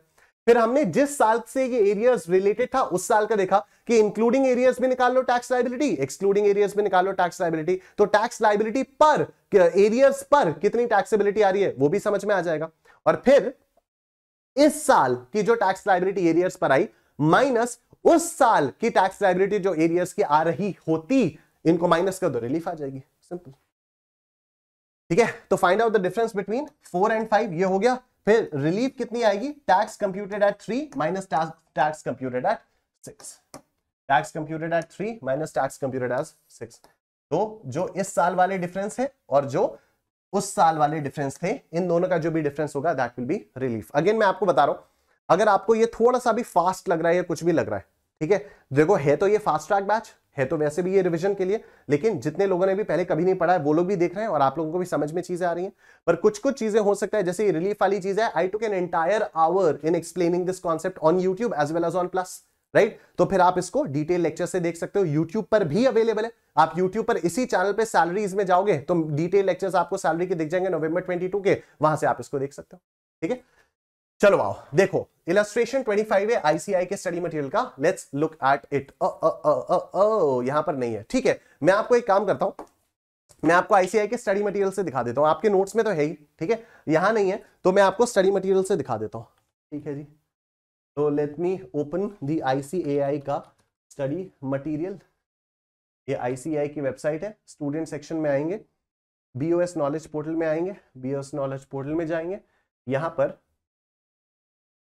स्टडी मटेरियल पर, अरे बंद हो जा भाई, स्टडी मटेरियल पर आएंगे, स्टडी मटेरियल में इंटरमीडिएट पर आएंगे, इंटरमीडिएट में टैक्सेशन पर आएंगे और यहाँ पर रेलेवेंट फॉर May 23 कर देंगे, रेलेवेंट फॉर May 23 में यहाँ पर आ जाएंगे और यहाँ पर सैलरीज वाला हेड खोल लेंगे। कौन सा इलस्ट्रेशन था, इलस्ट्रेशन 25 था। आइए इलस्ट्रेशन 25 में आप लोगों को यहीं से दिखा देता। ठीक, ये क्या है, ये इलस्ट्रेशन 21 है, इलस्ट्रेशन 25, ये रहा इलस्ट्रेशन 25। तो दो विंडोज में ओपन कर लेता हूं मैं, एक में क्वेश्चन दिखाऊंगा और दूसरे में आपको मैं वो दिखा दूंगा, सॉल्यूशन दिखा दूंगा इसका, तो आपको समझ में आएगा। ठीक, ये हो गया सॉल्यूशन वाला। मैं पेज नंबर कौन सा था, पेज नंबर 100, नंबर 100 कर दे, यहां पर भी पेज नंबर आपका 100 आ गया है। ठीक है, आ जाओ जी फटाफट से देखते हैं। ये आपका सॉल्यूशन में खोल के दिखा देता हूं आपको। ठीक है, दिस इज द सॉल्यूशन। 141% ये हो गया और यहां पर भी 141% कर देते हैं, 141। ठीक है, जिससे एग्जैक्ट वो आ जाए आपका। ठीक है, तो ये भी आपको ऐसे दिखाई देगा, ये भी आपको ऐसे दिखाई देगा, तो आंखों को जोर नहीं पड़ेगा। आइए इलस्ट्रेशन 25 में आप लोगों को दिखाता हूं। देखो पंगा क्या है, बड़ा सिंपल सा क्वेश्चन है, बड़ा इंटरेस्टिंग क्वेश्चन है, लेट्स लुक एट इट। तो इन case of mister Hari who turned 70 years on 28 मार्च 2023, मतलब इस साल ये सीनियर सिटीजन हो गए, सॉरी इस साल सीनियर सिटीजन नहीं हुए, इस साल तो 70 के हुए। ठीक है, 70 यानी 28 मार्च 2023 को 70 के हुए, तो यानी 28 मार्च 2013 को 60 के हुए होंगे। यानी प्रीवियस ईयर 12-13 में 60 के हुए होंगे। यस, अगर इस साल 28 मार्च 2023 यानी प्रीवियस ईयर 22-23 में 70 साल के हुए, तो प्रीवियस ईयर 12-13 में 60 साल के हुए होंगे। ठीक है, you are informed that the salary computed for the previous year 22-23 is 10,20,000 रुपए and arrears of salary received is 3,45,000 rupees. तो अब हम इस साल की टैक्स लायबिलिटी दो तरीके से कैलकुलेट करेंगे। पहले हम 10,20,000 पर कैलकुलेट करेंगे, उसके बाद 10,20,000 प्लस 3,45,000 यानी 13,65,000 पर हम टैक्स लायबिलिटी कैलकुलेट करेंगे। इन दोनों टैक्स लायबिलिटीज का डिफरेंस ले लेंगे and that will be the tax liability that we'll have to pay extra और बिकॉज ऑफ द एरियर्स। तो 3,45 पर कितना टैक्स देना पड़ेगा वो हमारा निकल कर आ जाएगा। तो टैक्स इंक्लूडिंग एरियर्स और टैक्स लायबिलिटी एक्सक्लूडिंग एरियर्स आ जाएगी आपकी। तो देखो यहां पर भी यही किया हुआ है।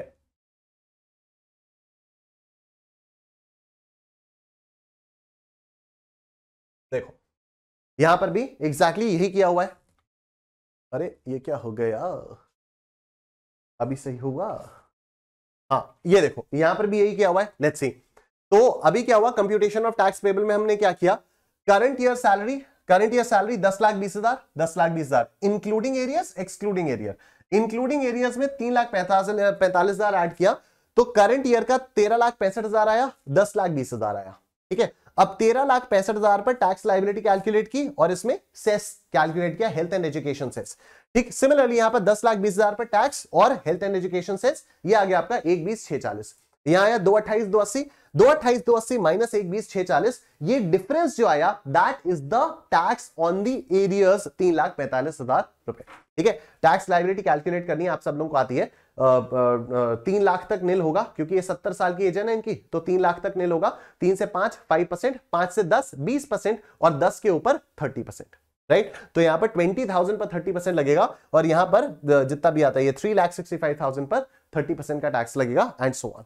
राइट, ये आ गया। तो अब अगर हम लोग और आगे देखें तो अब देखो, अब इधर आएगा आपका, ये देखना एरियर्स रिसीव्ड इज 3,45,000 रुपीज। तो मैंने आपको ये दिखा दिया कि 10,20,000 पर टैक्स लायबिलिटी कितनी आई और 13,65,000 पर टैक्स लायबिलिटी कितनी आई। तो स्टेप 1 हमारा क्या था कि आप including arrears tax liability calculate करो। स्टेप 2 हमारा क्या था कि आप excluding arrears tax liability calculate करो। ये हम लोगों ने देख लिया। उसके बाद देखो, further you are given the following details related to earlier years to which the areas of salary received is attributable to। Right, अब आपको बताया गया है कि ये जो 3,45,000 रुपए है, अब आपको बताया गया है कि ये जो 3,45,000 रुपए है इसका कितना कितना पोर्शन कौन कौन से साल से रिलेटेड है। राइट, तो देखो प्रीवियस ईयर 10/11 से 7,10,000 टैक्सेबल सैलरी थी उस समय। अब इसका 1,03,000 एरियर्स आज मिला है। राइट, प्रीवियस ईयर 11-12 में टैक्सेबल सैलरी 8,25,000 थी और 1,17,000 इसका एरियर्स आज मिला है। प्रीवियस ईयर 12-13 में टैक्सेबल सैलरी 9,50,000 रुपए की थी, 1,25,000 हमें आज मिला है। Right, compute the relief available under section 89 and the tax payable for assessment year 23-24. assume that Mr. Hari does not opt for section 115 BSc। तो 115 BSc हम बाद में करेंगे कंप्यूटेशन वाले टॉपिक के अंदर। राइट, अभी आप इधर देखो, रेट्स ऑफ टैक्सेस आपको दिए हुए हैं अलग अलग सालों के। ठीक, तो ये आपको असेसमेंट ईयर क्या दिया हुआ है, assessment year 11-12, assessment year 12-13, assessment year 13-14। हम लोगों को यहां पर दिया हुआ है previous year 10-11, previous year 11-12, previous year 12-13। ठीक है, तो इस तरह से आपको चलना है। याद रखना प्रीवियस ईयर 12-13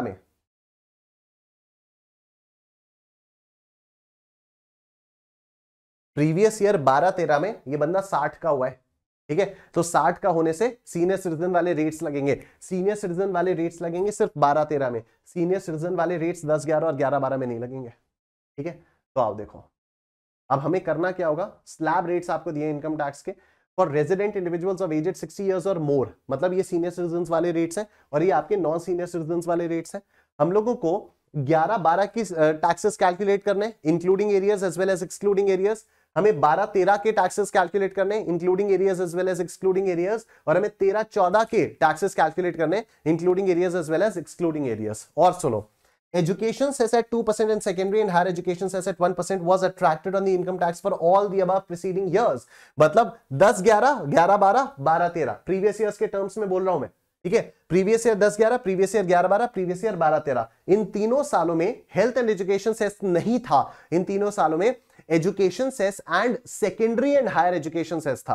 तो एजुकेशन सेस 2% का था और secondary and higher education cess 1% का था, राइट। अब आप देखो इसमें किस तरह से होगा, लेट्स सी। तो अब देखो, computation of tax payable on arrears of salary if charge to tax in the respective assessment years. तो देखो 7,10,000 रुपए की टैक्सेबल सैलरी थी, ये देखिए प्रीवियस ईयर 10-11 में, प्रीवियस ईयर 10-11 में 7,10,000 रुपए की थी। तो this is excluding areas, this is including areas, ठीक है। तो देखो 7,10,000 रुपए ऐड किया एरियस तो 1,03,000 रुपए आ गया।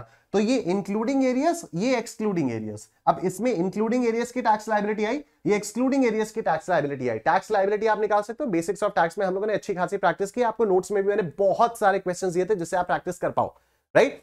तो 8,13,000 रुपए अगर आपकी इनकम है तो असेसमेंट ईयर 11-12 के रेट्स को यूज करके आप टैक्स लायबिलिटी 97,900 रुपीज निकाल सकते हो। इस पर 3% का सेस लगाओगे आप, education plus secondary and higher education 3% का सेस आएगा, तो ये टैक्स लायबिलिटी आएगी आपकी 1,08,57,837। और यहां एक्सक्लूडिंग एरियाज में आपकी टैक्स लायबिलिटी आएगी 78,280। मतलब इन दोनों का जो भी डिफरेंस होगा that will be the tax on 1,03,000 rupees, that will be the tax on 1,03,000 rupees, ठीक है। सिमिलरली 12-13 में इंक्लूडिंग और एक्सक्लूडिंग की टैक्स लायबिलिटीज निकाली, और सिमिलरली 13-14 में इंक्लूडिंग और एक्सक्लूडिंग की टैक्स लायबिलिटीज निकाली। ध्यान रखना असेसमेंट है 13-14 में 60 इयर्स एंड अबव के स्लैब रेट्स लगेंगे, ठीक है, क्योंकि असेसमेंट ईयर 13-14 मतलब प्रीवियस ईयर 12-13, और प्रीवियस ईयर 12-13 में ये 60 की उम्र के हो गए थे, उससे पहले ये 60 के नहीं थे। तो इन दोनों सालों में असेसमेंट ईयर 11-12 और 12-13 में नॉर्मल स्लैब रेट से टैक्स कैलकुलेट किया जाएगा, और असेसमेंट ईयर 13-14 में हायर स्लैब रेट से टैक्स को कैलकुलेट किया जाएगा। अब देखो आगे रिलीफ किस तरह से कैलकुलेट की जाएगी, तो देखना करंट ईयर के जो टैक्स का डिफरेंसेस था, इंक्लूडिंग और एक्सक्लूडिंग हम लोगों ने कैलकुलेट किए थे। करंट ईयर के इंक्लूडिंग एक्सक्लूडिंग हमने कैलकुलेट किए थे यहां पर 228,280 और 126,640, राइट।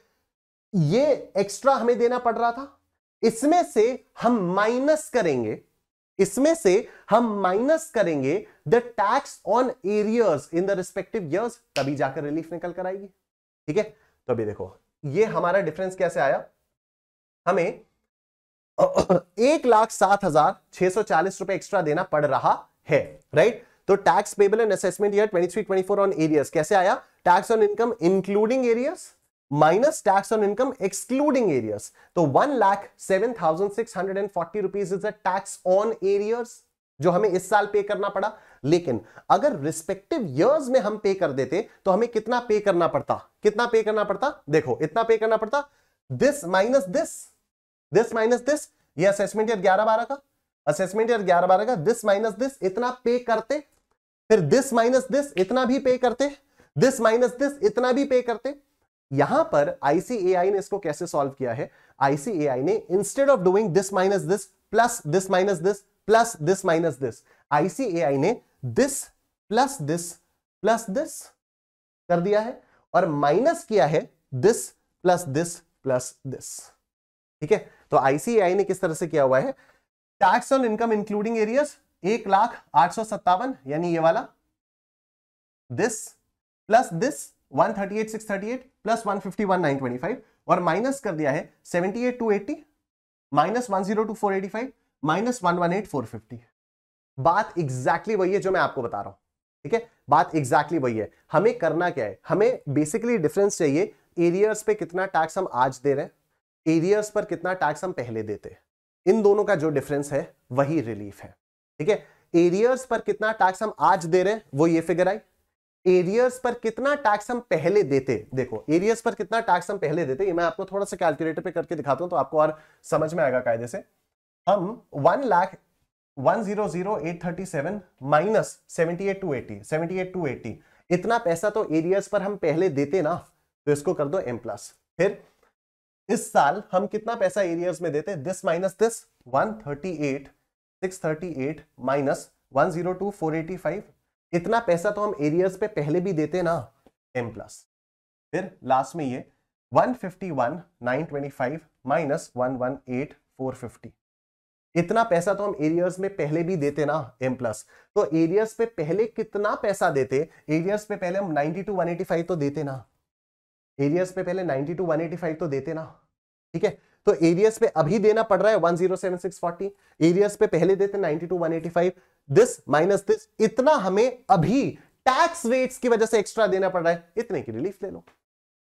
ठीक है, एरियर्स पे हमें अभी 1,07,640 देना पड़ रहा है, लेकिन अगर उन्हीं सालों में हमें एरियर्स मिल जाते, उन्हीं सालों में, रिस्पेक्टिव सालों में अगर हम लोगों को टैक्स इनकम मिल जाती, तो हम टैक्स देते 92,185। तो अभी टैक्स रेट्स बढ़ने की वजह से हमें इतना एक्स्ट्रा देना पड़ रहा है, तो 15,455 की हमें रिलीफ मिल जाएगी। Right, and this completes our discussion on salaries, और फास्ट ट्रैक टैक्स में हमारा सैलरीज का डिस्कशन भी यहां पर आकर कंप्लीट हो जाता है। आई एम श्योर सबको समझ में आ गया, बोलो निश्चय फॉरएवर। ठीक है, बाकी अगर आप लोग रिलीफ को डिटेल में पढ़ना चाहते हो तो इसी यूट्यूब चैनल पर आप सर्च कर लीजिएगा, सैलरीज की आपको प्लेलिस्ट भी मिल जाएगी। मैं देखूं क्या, अगर मैं आपको दिखा पाऊं तो अगर हम यूट्यूब पे आते हैं, अनअकैडमी सीए, अनअकैडमी सीए पर आते हैं, अनअकैडमी सीए पर यहां पर हम लोग आ जाते हैं, प्लेलिस्ट में आते हैं, और प्लेलिस्ट में आपको सैलरीज का दिखेगा, income from house property, capital gains, taxation, ये रहा इनकम फ्रॉम सैलरीज वाली प्लेलिस्ट बनी हुई है। इनकम फ्रॉम सैलरीज वाली प्लेलिस्ट में जब आप आओगे तो आप देखना ये वाला जो लेसन है, लेसन नंबर 15, सेशन नंबर 15, ये वाला मैंने आपको दिखा दिया एग्जैक्टली कहां पर है। तो कोई प्लीज ये मत बोलना लिंक शेयर कर दो, समझ में नहीं आ रहा, मिल नहीं रहा वगैरह वगैरह। ठीक है, तो ये वाला जो है, इस वाले सेशन में आप लोगों को यहां पर रिलीफ मिल जाएगा। आई होप वॉलंटरी रिटायरमेंट, ये रिट्रेंचमेंट, ये हाँ, ये तो रिलीफ मेरे को कहीं दिख नहीं रहा है। यहाँ पर कहीं पर रिलीफ नहीं है। अच्छा, यहाँ पर कहीं पर रिलीफ नहीं है, तो कोई बात नहीं है, कोई बात नहीं। लेसन 15 में तो नहीं है, लेसन 15 में तो नहीं है, लेसन 14 में है क्या? लेसन 14 में देखें, लेसन 14 में भी नहीं, हाँ 14 में, 14 में। ठीक है, लेसन 14 में ये रिलीफ अंडर सेक्शन 18।